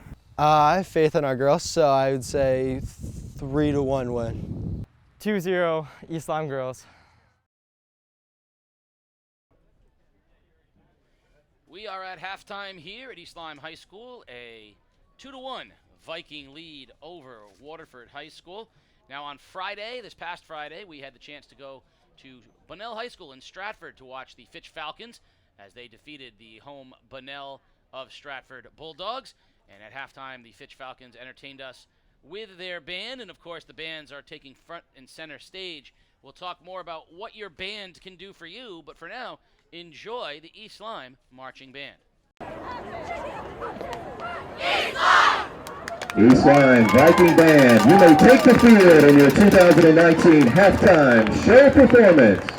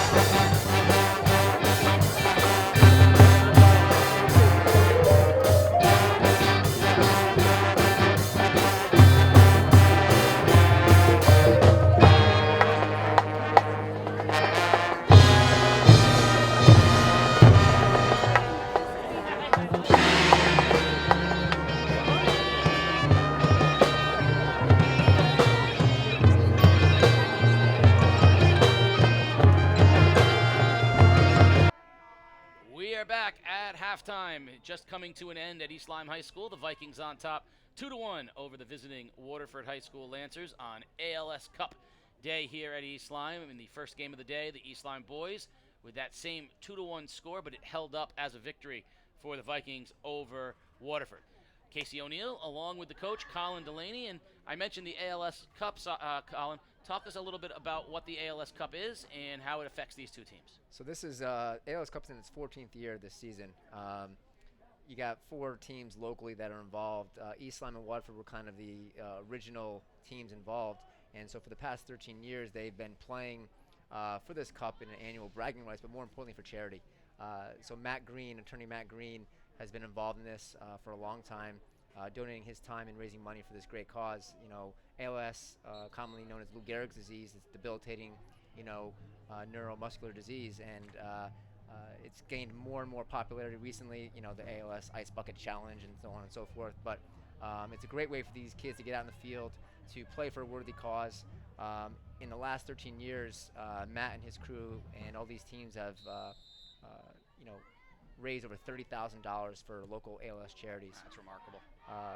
Bill Bonavita, former East Lyme soccer coach and Waterford resident, his family was tragically impacted by ALS, and so that's kind of one of the catalysts initially. And then of course you have other people around the area that have been involved with it, and it's kind of taken off. So you have the East Lyme Waterford game each year. Montville and St. Burns for a long time had some games, and then of course now for the past couple seasons, you got Montville and Ledyard now involved in the boys and girls side. So it's been kind of a consistent pattern. Matt's done a great job. These teams do a great job of raising money. Both teams wear the ALS Cup shirts for pregame, and you can see them on the sideline this year in that bright green. But it's really for a great cause, and I think what's best about it is you're teaching these kids life lessons to give back to a charity, whether it be for breast cancer awareness, or whether it's for Coaches versus Cancer, whatever it might be across the country. It's good to get these kids developing themselves as good people, not just good players. Yeah, the continuing education of youth sports, the charitable humanitarian aspect of youth sports, whether it be, like you say, the Play for the Cure, the ALS Cup, the Alzheimer's awareness, getting these kids involved in things bigger than themselves, always an excellent offshoot of the competitiveness of local sports. Waterford, nice little ball. Bryn Dickinson can't chase it down, however, and it will be a goal kick. And we'll see if East Lyme does anything differently off of these goal kicks. We saw in the first half, Avery Owen struggled to get the ball out of her own zone. Let's see if East Lyme does anything differently here in the second half. And they said, just kick it farther. Bryn Dickinson, great little player, powerhouse, relentless work ethic. Her father, Joel Dickinson, good friend of mine, he is instilling that work ethic in her, and she's been working her way into the lineup this year, doing a great job for him. Looking to get Healy ahead of the pack. She's on the ball. I'll tell you, she's exciting. Meredith Healy, only the sophomore, exciting. Good wheels there for the Vikings. The Vikings always seem to have those prolific scorers, those deadly people in the attacking third, whether it's the Al Kaczynskis or Healy this year, or Pazzaglia on the boys' side. So they're getting a lot of those guys forward there and creating some real problems for the defenses. So here they send Angie Venditti all the way up. She's a defensive player, all the way up from her back end to take the corner. And now they're saying that, in fact, they called it a goal kick and not a corner. So that's a long way to run for nothing right there, all the way up from her back, from her defensive position. Now we're going to see the opposite. We're going to see Mackenzie Gregory, who's going to take this goal kick and is going to put it onto the other side of the field. Yeah, much different. That's an extra 15 yards there, and that's going to get that ball into the middle third of the field at least, which will give Waterford a chance to kind of build from there. And you can see right away they're in the attacking third, and there off goes Bryn. Couldn't quite catch up to it, but that's what the difference is. And you can see East Lyme really has to be careful, or getting too far forward, because then they're going to be caught back on those big kicks. Dickinson puts it back into the East Lyme end, where Grace Wargo plays it to Venditti, and Wargo, Venditti, and Dunn, 3 very skilled players for the Vikings. And there's that nice change of field we were talking about. And O'Day, who scored the first goal of the game for East Lyme, loses it to Emily Gates, and now East Lyme looking to go back on the attack as they were the steal. Into the corner, out comes the keeper, and a beautiful job by Mackenzie Gregory She comes up and throws her body recklessly, which is what keepers have to do, and she takes the ball away. Nicely done for the Lancers. That's what we talked about last game. You have to have this special mindset as a keeper. You know, you got to sacrifice the body sometimes to put yourself in positions to save your team. And whether it's a shot off your face like we saw in the first game with Saccatello, or it's a ball you're sliding into with, you know, cleats coming in and bodies flying, you have to really put your body, you know, in harm's way to save your team from going down a goal. Dunn to Venditti, and looking for a little overlap. She gets it back and just can't get there in time. Margaret Dunn, one step away from keeping that in. Now Dickinson for Waterford. Over to Lee. Nicely done. Changes fields, puts it out to Hatcher. Seen a lot more change in that field in this game than you saw in the boys' game. I think, you know, the girls are a little bit more aware of what's going on the weak side, and you know, they're trying to move the ball that way. And I think probably Coach Gillia and Coach Redding had those conversations with them. There's Healy, one person to beat, puts it in front, and just a step late. Got to get that shot off and get rid of it. If you were Vikings, couldn't quite do it. Here's Dunn battling with Lee. East Lyme going to keep the ball in their end. Wargo. And a step in by Lee puts it back outside for East Lyme. Here we are in familiar territory again, 2-1 East Lyme. You know, in the second half, kind of where we were in the first game. Last year, the East Lyme girls beat Waterford to, you know, win that cup. So the East Lyme girls are trying to, you know, retain that cup for a second year in a row now. And they got, Waterford right now has Jackie Puccio, and she's all by herself. And you got, like you said, the stopper sweeper, you're not going to overcome that with one long person. Yeah, I mean, there's two schools of thought for it. We talked about, you know, in the break that, you know, it's very hard to break down, but at the same time, you're kind of limiting yourself because now your outside backs can't get as far forward to join the attack. And go ahead. Healy with a chance. O'Day and missed shot off the side of the goalpost. Nice two-person work there between O'Day and Healy. In a flat four system, you know, you're able to get those outside backs really, you know, forward and to join the attack and push your outside mids even far forward. So it really is a more of an attacking, you know, based system. So like I said, you know, in that sweeper stopper, you're going to have a lot of difficulty breaking it down, but you're kind of playing a man down into the attack because those outside backs just can't get far enough forward. If they do, you're going to leave you guys really exposed in the back end. There's that long ball again, and there's Venditti, calmly. All she's got to do is play it outside, but there's that toughness, that mentality that Waterford had of Blasquez, who scored the Waterford goal, trying to step in and take it away. It's that physical brand of soccer, and to her credit, she stayed with it because that was about a half a touch away from Waterford having a 1v1 with the keeper. You got to be super careful. When you are that sweeper, you are the last line of defense beyond the keeper. And if you make a mistake or you get a bad touch, it's 1v1. Here comes Puccio. Misstep by East Lyme. We're going to get a whistle. Yeah, she stepped on the heels of Mazzulli.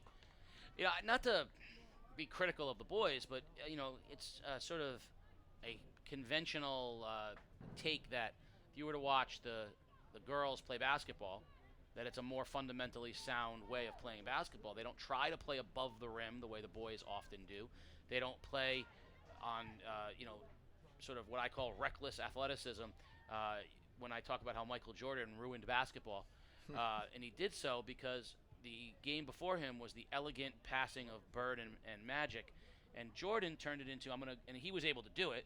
I'm gonna go up in the air and figure it out once I'm up there. There's a nice ball ahead for Healy, and Waterford will be lucky to clear that one. Yeah, it's a real shame, Casey. Jordan wasn't very good. He was a great player, but his ability to get up in the air and make plays was not indicative of what was best for basketball. So most people can't do that. Most people can't dribble, hang in the air, and figure it out as they go. Similarly, the girls' soccer, you see a lot more. You talk about the changing fields, a lot more triangles, a lot more one-touches into space. You know, not trying to just be sort of the brute force soccer that sometimes boys appear like they're trying to be. Well, you've seen it in FIBA basketball. You've seen it in Olympic basketball on the men's side. You know, the gap has shrunk where U.S. basketball, and I know this last one wasn't a great indication because a lot of our stars weren't there, but what's happening over the years is you've seen these teams, Argentina and Spain and so on, and they're really, you know, playing as a team, and they're playing fundamental basketball, and a lot of times it's bridging that gap of just the athletic, you know, dunk the basketball, play above the rim, and that kind of thing. And I think you saw a little bit of that in this last FIBA situation. A beautiful move. Claudia Blasquez that time touched it to herself and blasted. Now they're talking about brute force. That's, you know, from the 18, and she just banged that thing right over the top of the net, not missing by much. Yeah, if that's on the frame, that's a goal right there for sure. Well struck.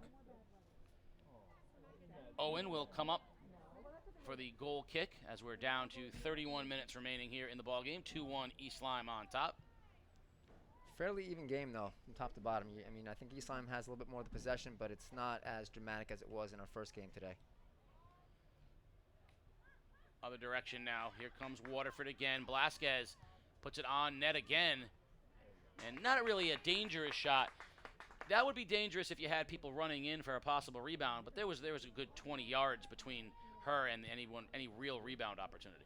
Yeah, you got to get another 10 yards closer for that. You know, you need some serious leg strength at, you know, on any, you know, boys or girls soccer to knock that ball in the back of the frame. You know, it gives the keeper a lot of time to make that adjustment. But yeah, you're right. If we can put that ball in a dangerous spot and get a second chance opportunity, someone runs onto it, that's going to be more dangerous.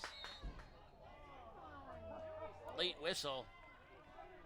Healy thought she had a steal. Instead, Gregg will take the kick for Waterford. Big ball by Gregg. Stepped in front, East Lyme.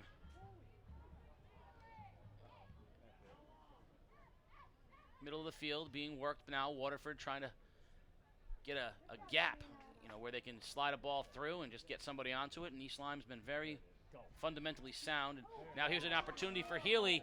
She's 1-on-3. Healy shot off the post. Top crossbar. So dangerous. Meredith Healy, the sophomore forward. And she just missed her second goal of the game. She's got some serious wheels and separation there in that back end, and, you know, great foot from that angle. She didn't have much of an angle at all. To put that ball off the crossbar like that, I mean, 6 inches away from being a goal. She's going to be a special player. Only a sophomore making a big impact at the varsity level. Abramowitz and Mazzulli both took a tumble that time, and they're going to call Abramowitz, and it'll be an East Lyme kick, and Venditti will take the free kick all the way back just on her own side of the things. Low ball, controlled by the Vikings, put back in the middle.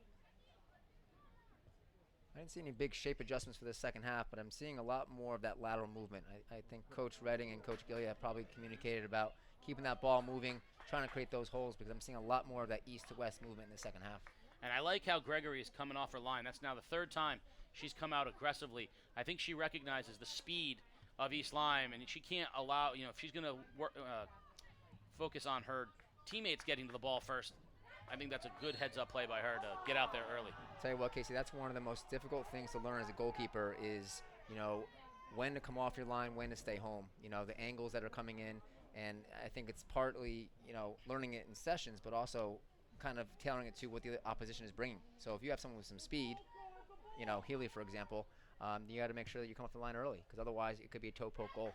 The single hardest thing that I found as a keeper was having a realistic understanding of your own abilities compared to the opposing player. So I wasn't a very aggressive keeper. I loved coming off my line, and I always thought I was going to get there first, except when I didn't. And so you know, if it was in my own head, I was the fastest guy in the world. I was going to always get to that ball first. But you have to know, you know, every time it's that instant decision. Am I going to be able to beat, you know, Joe Pont to that ball? And the answer is no, I'm not. So I have to try to. Right. Or is it still worth my while to come in physical and try to disrupt things?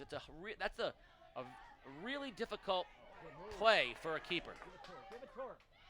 Catanzaro, nice move, little touch in front, and a goal! Healy from Catanzaro, beautifully done, and the Vikings take a 3-1 lead. Great build-up of play there. A lot of one-touch, two-touch soccer. A little through ball, run onto it, goal. That was a well-executed play by East Lyme. Catanzaro did a nice job. It looked like she could have launched the shot herself, but patiently put it in front, and Healy, just someone who knows how to score goals, is Meredith Healy, her second of the game, 3-1 Vikings. A lot of patience on East Lyme's part, good decision-making, because sometimes, you know, waiting that extra half a second for that overlapping run to develop is going to create more opportunities than you taking that strike yourself from an extra 5-6 yards out. So East Lyme now, you know, putting the press on, 3-1. Trying to retain that ALS Cup. looking for the clean sweep. Healy from Catanzaro in the 53rd minute. 26 minutes and a half remaining here in the ball game. 3-1 East Lyme. Now, continuing on the pressure is Belleville. East Nicely Lyme, done relentless. Just relentless right now. Just really crisp on the ball. Good passing. I mean, right back at it. Catanzaro fighting in the middle. Doesn't want to give the ball up. But here comes Blasquez. Nice step in. East Lyme, Serena McCullum takes it away from Blasquez. That's a nice little overlap right there. Yeah, Waterford's got to get a little tighter in that back end on that switch. East Lyme's doing a good job of going from left to right here, and there's a couple pockets I've seen, so they got to be a little quicker on that switch because otherwise Healy's going to burn you with their speed there. And on the other side of the coin, Waterford's got to find a way, like we mentioned in the last game, to be a bit more direct now. You're down 2 goals. You got to find a way to get the ball in the attacking third if you want to have a chance to win this game. And I think that probably means getting the ball onto Blasquez's foot. She's shown the ability to put on a strong effort from far out away, which is, something they may have to do. They may have to send some shots in from 20 yards out. Yeah, I mean, we saw a couple balls that were hit from deep, and the keeper kind of had that, pat it down, pick it up later. So if you can get a second chance opportunity on a ball that is not saved cleanly, you got to take some chances. But you got to get numbers forward. I mean, here we are in a 3v5. Here's Blasquez, tries to put it in front, but couldn't find Abramowitz. And no one on the weak side here. Got to get a player on that weak side. If someone is overlapping on that weak side, then we can knock the ball across the top of the 6 here and maybe find a goal-scoring opportunity. On the other side of things, it's funny because East Lyme is the team that probably could get away with a long ball because of Healy's speed and the speed of Catanzaro. We saw them running on, but East Lyme very, very happy to play things patiently, especially with a 2-goal lead. Yeah, and I think you got to keep the defenses guessing. I think if you play one way the entire game, it becomes very predictable and easy to defend against. And to East Lyme's credit, I've seen some balls in, but I've seen them be patient on the ball and composed. So I think, Waterford at this point has to play a bit more direct to get balls forward, but at the same time, can we try to mix it up a bit and find that weak side? Blasquez puts it on goal, and Owen comes out, cleans it up, and we're under 25 minutes remaining here in the ball game, and 3-1 Viking lead on top of the Lancers. The Viking boys with a 2-1 victory in our first part of today's doubleheader. A unusual mistake by Grace Wargo, and she kind of chuckles about it. She just kind of lost that ball off her left foot out of bounds. And yeah, that's uncharacteristic. Grace is a solid player. Rachel trusts her out wide there. She does a good job. Physical, good distribution, so that's not like her, and that's why you get the chuckle. I think that's good to have the be able to be a little realistic and laugh about it, which she was. Yeah, short-term memory. Here's Catanzaro. She loses it on a step-in to Gerard. Gerard, now Hatcher, left foot, tried to let it rip and just missed it, and it trickles out. Now Venditti will push it out for East Lyme. East Lyme's using the whole field the second half. I mean, they're really using, sideline to sideline. They're not, attacking one way or the other. There's the ball that I love to see. Switch the field in the middle of it now. Catanzaro's got all kinds of room. She moves it off to her right. Tries to dump it in front. And we're going to get a whistle and a shove. We're going to get a call on Riley Mazzella with the shove, and just outside the box. I think you'll see on replay that may have been inside the box, but the officials and all the fans seem to be in a disagreement.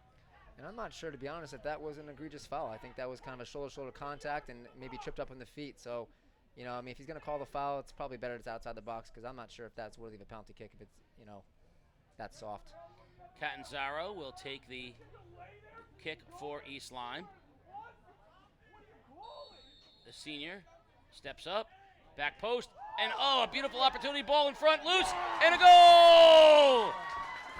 The Vikings go on top 4-1, and celebrations begin here at East Lyme. That was a tremendous ball, bent into the far post. I mean, really, really tough ball to handle as a defense. Second chance opportunity, and she just buries it. 22 minutes remaining here in the ball game. 4-1 East Lyme as they are now pouring it on over the Lancers. 2 second-half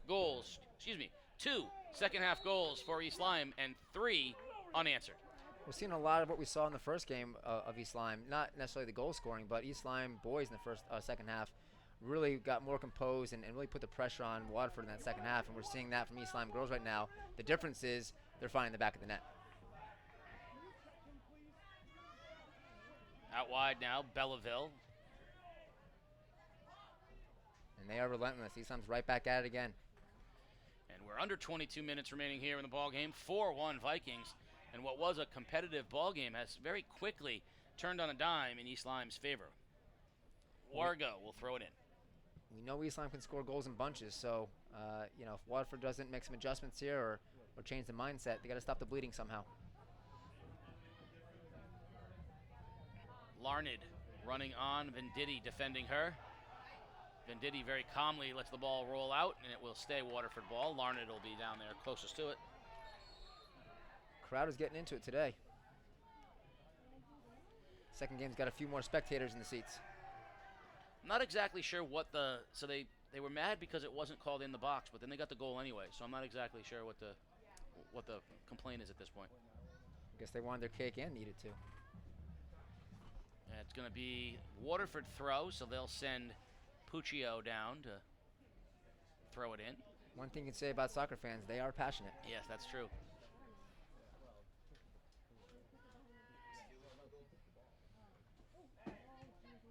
Ball up in front. Abramowitz trying to get to it for Waterford. She controls, puts it back in the middle, and nicely done by Owen. So that goal, that last goal after the scrum in front, is going to be credited to Meredith Healy. That's going to be her third of the game. The hat trick for Healy. This time another one off the foot of Catanzaro. So Catanzaro and Healy have been the two mischievous duo for the Vikings. The clock ticks now down as we approach 20 minutes remaining in the ball game. Rachel and this team had an uncharacteristic, 4-12-1 season last year. That's not, typical Viking soccer. So credit to her and bringing this young group of kids up this year and really kind of, changing the dialogue. Sitting at 5-2-1, they're one win more than they were all of last season. So Rachel spends a lot of time with these girls and does a great job each year. Another free kick coming for East Lyme, and we see Catanzaro raising her hand for maybe a little time off here. She's been running all over the place for the Vikings. Yeah, I think you and I would have lasted maybe 2 minutes out there before we had call for a sub. I appreciate you giving me credit for 2 minutes. I had a hard time walking down to the far sideline and back in this heat. Wargo will throw it in for East Lyme as we're now down 19 minutes and change remaining here in the ball game. 4-1 Vikings on top. Be interesting to see what Coach Gilead does here in the last, half of this second half. Any adjustments he might make to put some more dangerous balls in the mix. Speaking of dangerous balls, there was one put in front but nicely cleared. Now Waterford and put right back in by Kung. And East Lyme still in control. Kung in the middle of the field. Little 1-2 touch and cleared by Waterford. East Lyme has done a lot of those 1-2 touches, a little entry ball into their forward, lay it off, play it wide, and looking for those shots. They're pretty good in tight spaces. Whistle, and it will be a Waterford throw, so coming over to take it. Lancers will have the throw on the sideline.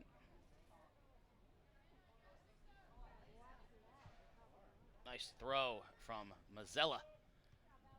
And there's Venditti stepping into it for East Lyme now. Venditti, Healy. Ball in the air. Dunn tried to control it for the Vikings, and it's up in the air again, and Waterford still trying to clear out of their own zone. Often found in these situations where, you got a bit of a gap here in the goals. You're sitting at 4-1 from an attacking standpoint. And the team that's up, East Lyme, for example, it's an opportunity I've often found as a coach to try different shapes and systems because it's very hard to mimic gameplay in training sessions. So can, Coach Redding maybe potentially shift from, a 4-4-2 into a 4-3-3, or maybe pull that sweeper into a flat 4, or try different things.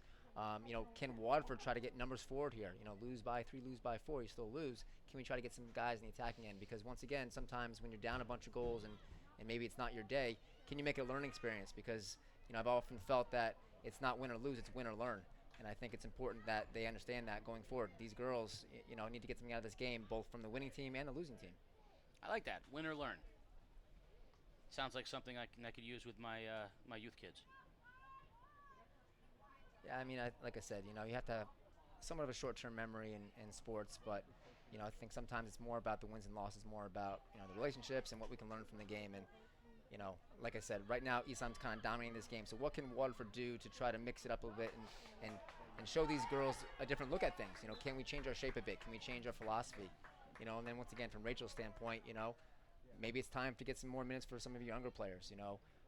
Obviously, you don't want to put in a position where this game gets tight again and it might end up being a tie or a loss. But you got to use these games to help everybody. And we mentioned the program thing in the first game. This is how you develop a program. Games like these, although it's competitive, you might find some spots to get some players some time, so they'll help you this year or even next year. Venditti makes a nice run, now puts it in front. One more chance, spin. Healy looking for her 4th goal, touches it back, and a shot by Dunn. A beautiful job that time. Venditti to Kung to Healy to Dunn. Healy is super composed in that ball. Here she's a sophomore, top of the pack here, 3 players around her, and she has the ability to check her shoulders, keep the ball, spin, and even make a pass. So kind of wise beyond her years. Yeah, who wouldn't have wanted their 4th goal? Right, an opportunity at 4, but instead, she certainly, no one would have faulted her if she had let one fly there. But instead, like you said, the patience to recognize a teammate might be in a better position. That's outstanding teammate right there. It's less about me, more about we. And I think she sees that and realizes that. And to do that as a sophomore, that's going to help East Lyme for the next, this season and the following too. Beautiful ball by Belleville as she was trying to find Dunn. Dunn out racing everyone to the corner. Tries to keep it in and does. Now puts it on goal. And it's going to end up being kept in and cleared by the Lancers. Nice job, though. East Lyme, even though with a 3-goal lead, they're not taking the foot off the pedal. You can see the body language, in some of the Waterford players right now. There's still a lot of soccer left, but, not a lot of high press. You can see the big gap now between the attacking line and the back end. The back end hasn't left the 20-yard line. So, unless they're able to get numbers forward and bodies forward, this game's going to get so stretched out, which is going to really help East Lyme because they're a possession-based team. And also the zest coming out of Waterford on those 50-50 balls, sort of hard to go after it when you're down 3 goals on a hot day with 14 minutes left. East Lyme has a little more enthusiasm at this point when it comes to the 1v1s. Venditti out of the back end. She's made numerous runs. Here she goes again. There's the danger as Lee steps in front of it, and she puts the ball ahead. And offsides is called. But that's what they need to do. They need to have these quick counters. They have to kind of sit in and strike quick. But the thing is, they got to get that back line up to join them. They're really stretched out right now. If you sit back and watch the full field, there's a 20, 30-yard gap between the forward line and their back line. They're really getting stretched out. And the East Lyme, for as good as they are on the ball, they're going to be clinical, and they're going to make that ball work, and it's going to make you work even harder as a defense to chase that thing down. And Venditti will play it through Wargo. And Wargo crosses midfield and plays it over to Belleville. Belleville through Dunn. And Waterford, a little bit of kickball action to clear. And Venditti will try to settle for East Lyme, and she does. Beautifully done by Venditti through the middle of the field. She plays it to Kung in a little 1-2 ball with Venditti. Now over the top for Dunn. Can she get there? Yes. Can she put it on goal? She stops, spins, and nicely done defensively as Puccio stepped in. East Lyme will have the throw. I think East Lyme smells blood. They're going after him, and they're being fairly relentless. And now you're seeing a big change by Coach Gillia here. So we wanted to see if he's going to change some personnel and maybe some shape. Yep, mass substitutions coming into the game. 5 new players for Waterford as we're down under 13 minutes remaining here in the ball game. And the Lancers will have some fresh legs. Get a chance for some of the non-starters to get a chance to play a little bit of action here. 12 minutes of good soccer ahead of you. Chris is a smart coach. I think he recognizes that maybe it's not their day, and a 3-goal deficit right now is a big hill to climb. And you know what? If he can build his program even more and get some quality playing time against a good team, it'll help in the long run. Catanzaro with a chance now. Belleville touches to her right foot, puts it in the middle. There's Healy. Healy, one touch, lets fire with the right foot, and it's going to end up going out of bounds for a corner kick. Healy spun on a dime and let it fly. So here's a chance to see if those 5 girls coming on can, make some quick adjustment, because right away East Lyme's got that pressure on, and they're not going to change their pace or their physicality or their pressure just because 5 new players came on the field. They're looking to put another goal in the back of the net. And East Lyme, very deliberate, happy to let a lot of clock with a 3-goal lead. Then Diddy will come all the way up from her defensive position and take this corner kick. And cleared back out.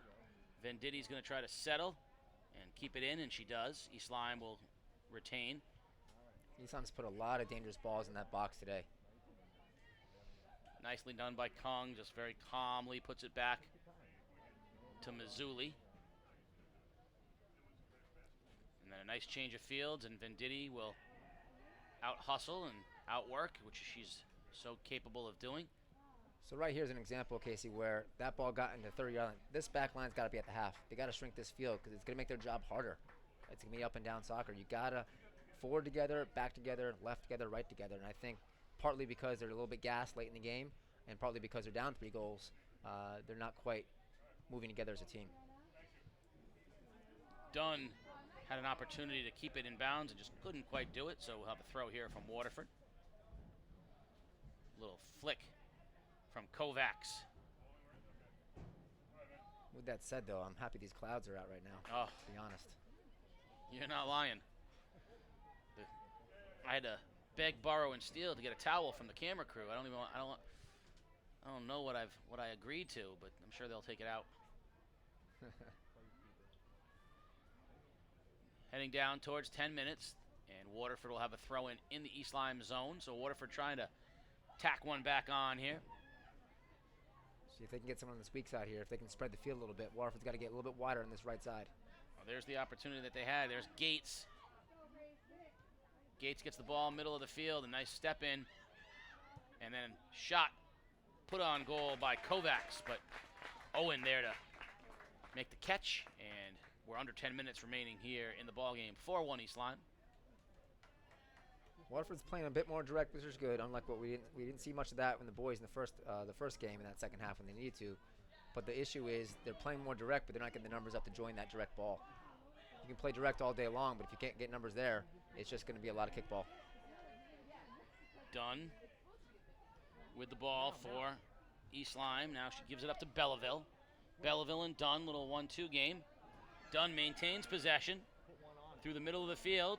Looking to let one fly. She does, and a save made by Gregory, but she loses it to the far sideline. Waterford will retain and loses it out of bounds. It's going to be East Lyme throw. She hit it with authority, and that gives you those second chance opportunities. That ball was not saved cleanly by, the keeper there, and it bounces out, and next thing you know, you have a second chance opportunity. And we're going to see some substitutions into the game for East Lyme.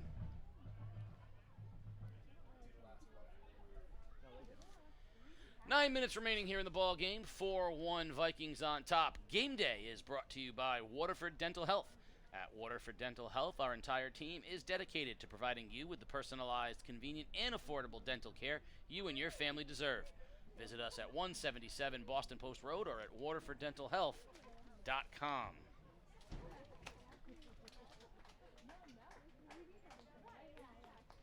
So if you're enjoying Game Day's live streaming and video storytelling, there are 2 ways you can support us.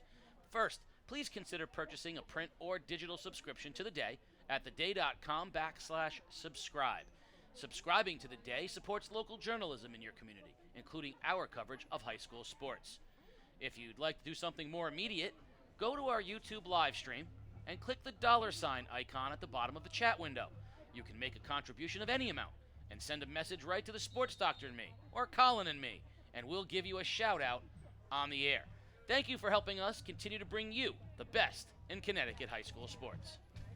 tell you what, Casey, I wish we had this back when I was playing high school. You know, all this access to live streaming and everything else. That's really awesome for these kids. I mean, you know, to get our name in the newspaper was a big deal back in the day, and now we got kids who are streaming live online and, you know, YouTube videos and all this stuff. So I mean, it's really kind of a special time for these kids and technology the way it is. And credit to you guys and the game day staff. You guys always put on a tremendous show for these kids, from basketball to soccer to baseball to football.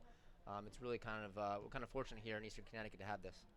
I think it's a theme we hear a lot. You know, how fortunate these kids are, and to their credit, I think these kids really do appreciate how fortunate they are to live in a technological society that allows these kinds of things to happen. These kids really are very much aware of what they have.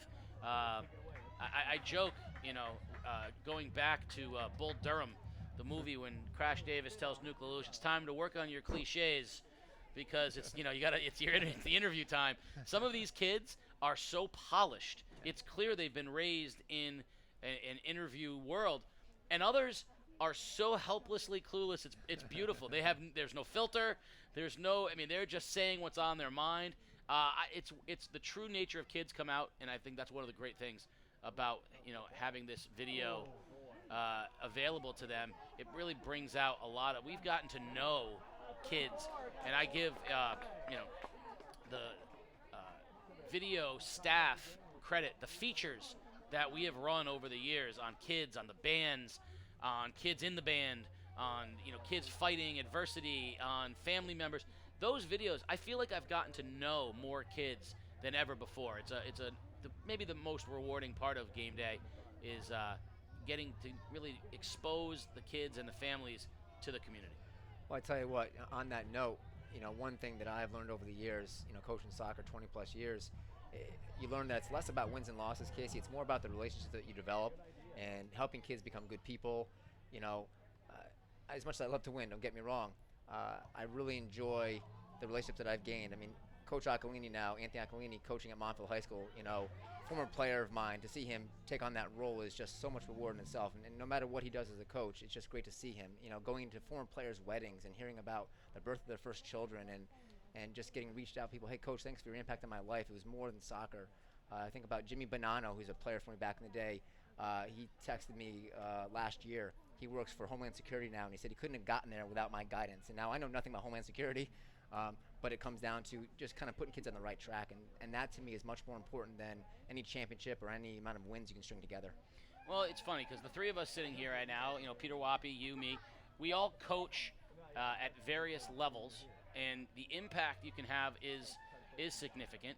And not just in the way we coach kids, but in the respect that we show the coaches that we've had. The last game that we did when we did the Montville Waterford football game, I was taking my own son to the press box, and we passed by in the stands my high school baseball coach, Gil Vargas, who was there, and I said hello, and I said, Coach, this is my son AJ, and Coach goes, AJ, nice to meet you. And my son says, Coach, I know who you are. My dad talks about you all the time. And that was rewarding because my son understands the impact that my coaches had on me, and that the impact that his coaches are having on him. And Coach Vargas said it perfectly. He said, well, I'm sure he has talked a lot about me, but would you like me to talk to you about him? And my son said, I'm going to sit down right next to you, Coach. I said, no stories about me in high school. No, it's true. I mean, I think back to the coaches of the year. I mean, you know, Coach Christensen, Wally, I played for him, you know, back in the day, and you wouldn't know because he hasn't aged much. I mean, gosh, credit to him. But, you know, yeah, you think about back to your relationships with teachers, with coaches, and they make an impact on you. And I think a lot of times, you know, it's important for them to hear that because coaches don't do it for the money. You know, they do it to make an impact and give back to the game. And that's why when, you know, you guys contacted me to do this, you know, it was a no-brainer. I love being out here to give back to this game and the sport I love and all it's done for me. You know, I was never an All-American. You know, I was an okay in my own right, but, you know, what I got out of it from a personality standpoint and a morals and values standpoint far exceeds anything athletically. Little action in the middle of the field as Anna O'Connor busted it out for East Lyme. We're down to 4 minutes remaining in the ball game and a host of new players. There's the aforementioned O'Connor. Wisely puts it back to Catanzaro. When in doubt, put it on the foot of your senior leader.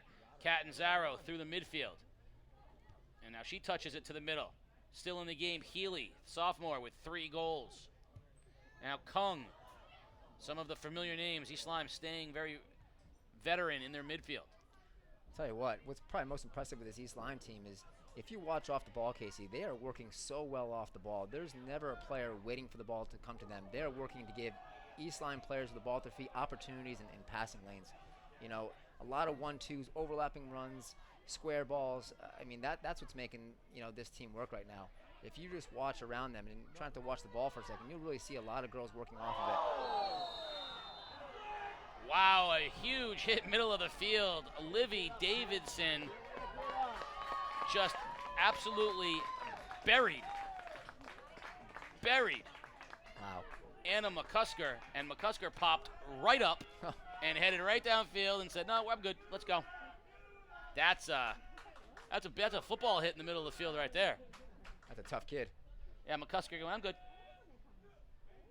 Here's Venditti on the kick for East Lyme, keeps it in. Here comes Catanzaro. Catanzaro tries to get free on the right foot, and a sliding save made by Gregory as who else? Healy was flying to the ball. I tell you, Meredith Healy is as quick to the ball as any player we've seen today, and that includes the boys' side. That big hit reminds me of the movie The Program. Coach gets in his face, you injured, you're hurt. You know, no one had to ask her. She hopped right back up, right back in the game. She's not injured or hurt. Should give me a second. Just need a second. Anna O'Connor keeping the ball in, and now she's got it to Wargo. And there's the aforementioned McCusker, plays it back to Venditti as we're down to 2 minutes remaining here in the ball game, 4-1 East Lyme.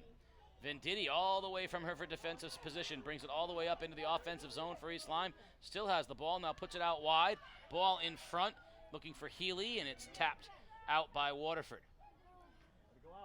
1v1 defending by Waterford in that midfield is an issue right now. I see a lot of East Lyme players, you know, taking Waterford players on in that middle part of the field, and you know, Waterford is not closing down those East Lyme players with any kind of urgency. They're kind of approaching late, and then East Lyme gets by them. You got to approach quickly and slow your body down, really slow that ball down. A lot of 1v1 play to East Lyme's credit in the midfield.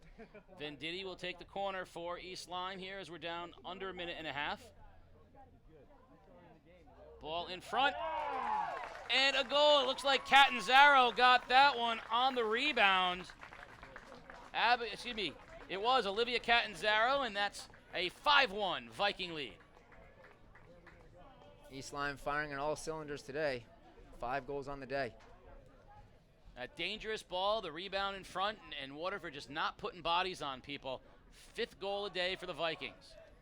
You know, East Lyme put 6 on Stonington this year. They put 4 on Woodstock Academy, 4 on Fitch. So they can score goals in bunches. What is the lowest score East Lyme has this year? They were shut out against Old Lyme 1-0, you know, early in the season, and 1-0 to Guilford. 2 very good squads. Gotta say, how good are defensively, how sound defensively are those 2 schools down on the shoreline? Well, and how good offensively are they, you know? Old Lyme is a great scoring team, and Guilford as well. So, you know, to lose those games 1-0, a pretty good score line. Under a minute remaining. Catanzaro streaking through the midfield for East Lyme. They're trying to get one more. There it goes to Healy. She's looking for her 4th of the day. I am kind of surprised that she's still on the field at this point. You don't want someone like that to go down, you know, in a 5-1 victory, but certainly Coach Redding knows her players very, very well. We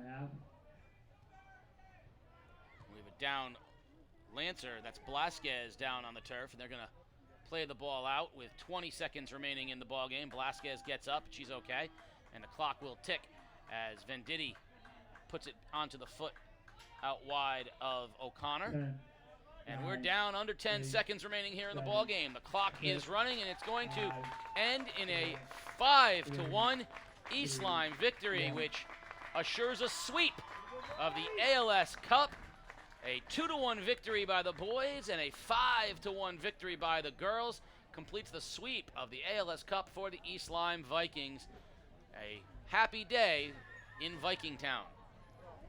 East Lyme getting the cup for the first time since last year. They lost it last year to Waterford. The East Lyme boys gained the cup this year, and then East Lyme girls, they retained the cup for the 2nd year in a row. Well, we are going to have our post-game interviews down on the field. You can check those out later on Facebook and on Twitter and on social media. And, of course, our next broadcast will be this Friday, 4 p.m. at Waterford High School, where the Bacon Academy Bobcats, undefeated at 3-0, travel to the undefeated Waterford High School Lancers in an early undefeated showdown in the ECC. Join us at 4 p.m. from Waterford High School. Colin, I can't thank you enough for coming in and doing such an amazing job. Didn't skip a beat having you come in. No one would know it was your first time with us, and hopefully as we continue to do soccer, we can have you back and do more of this. I appreciate it. It was a blast being out here. I appreciate you guys reaching out, and love to give back to the sport, and would be happy to come back anytime. Well, that's going to do it for us on Doubleheader Wednesday. For Peter Wappy and all the crew, Colin Delaney, I am Casey O'Neill saying good night, everybody.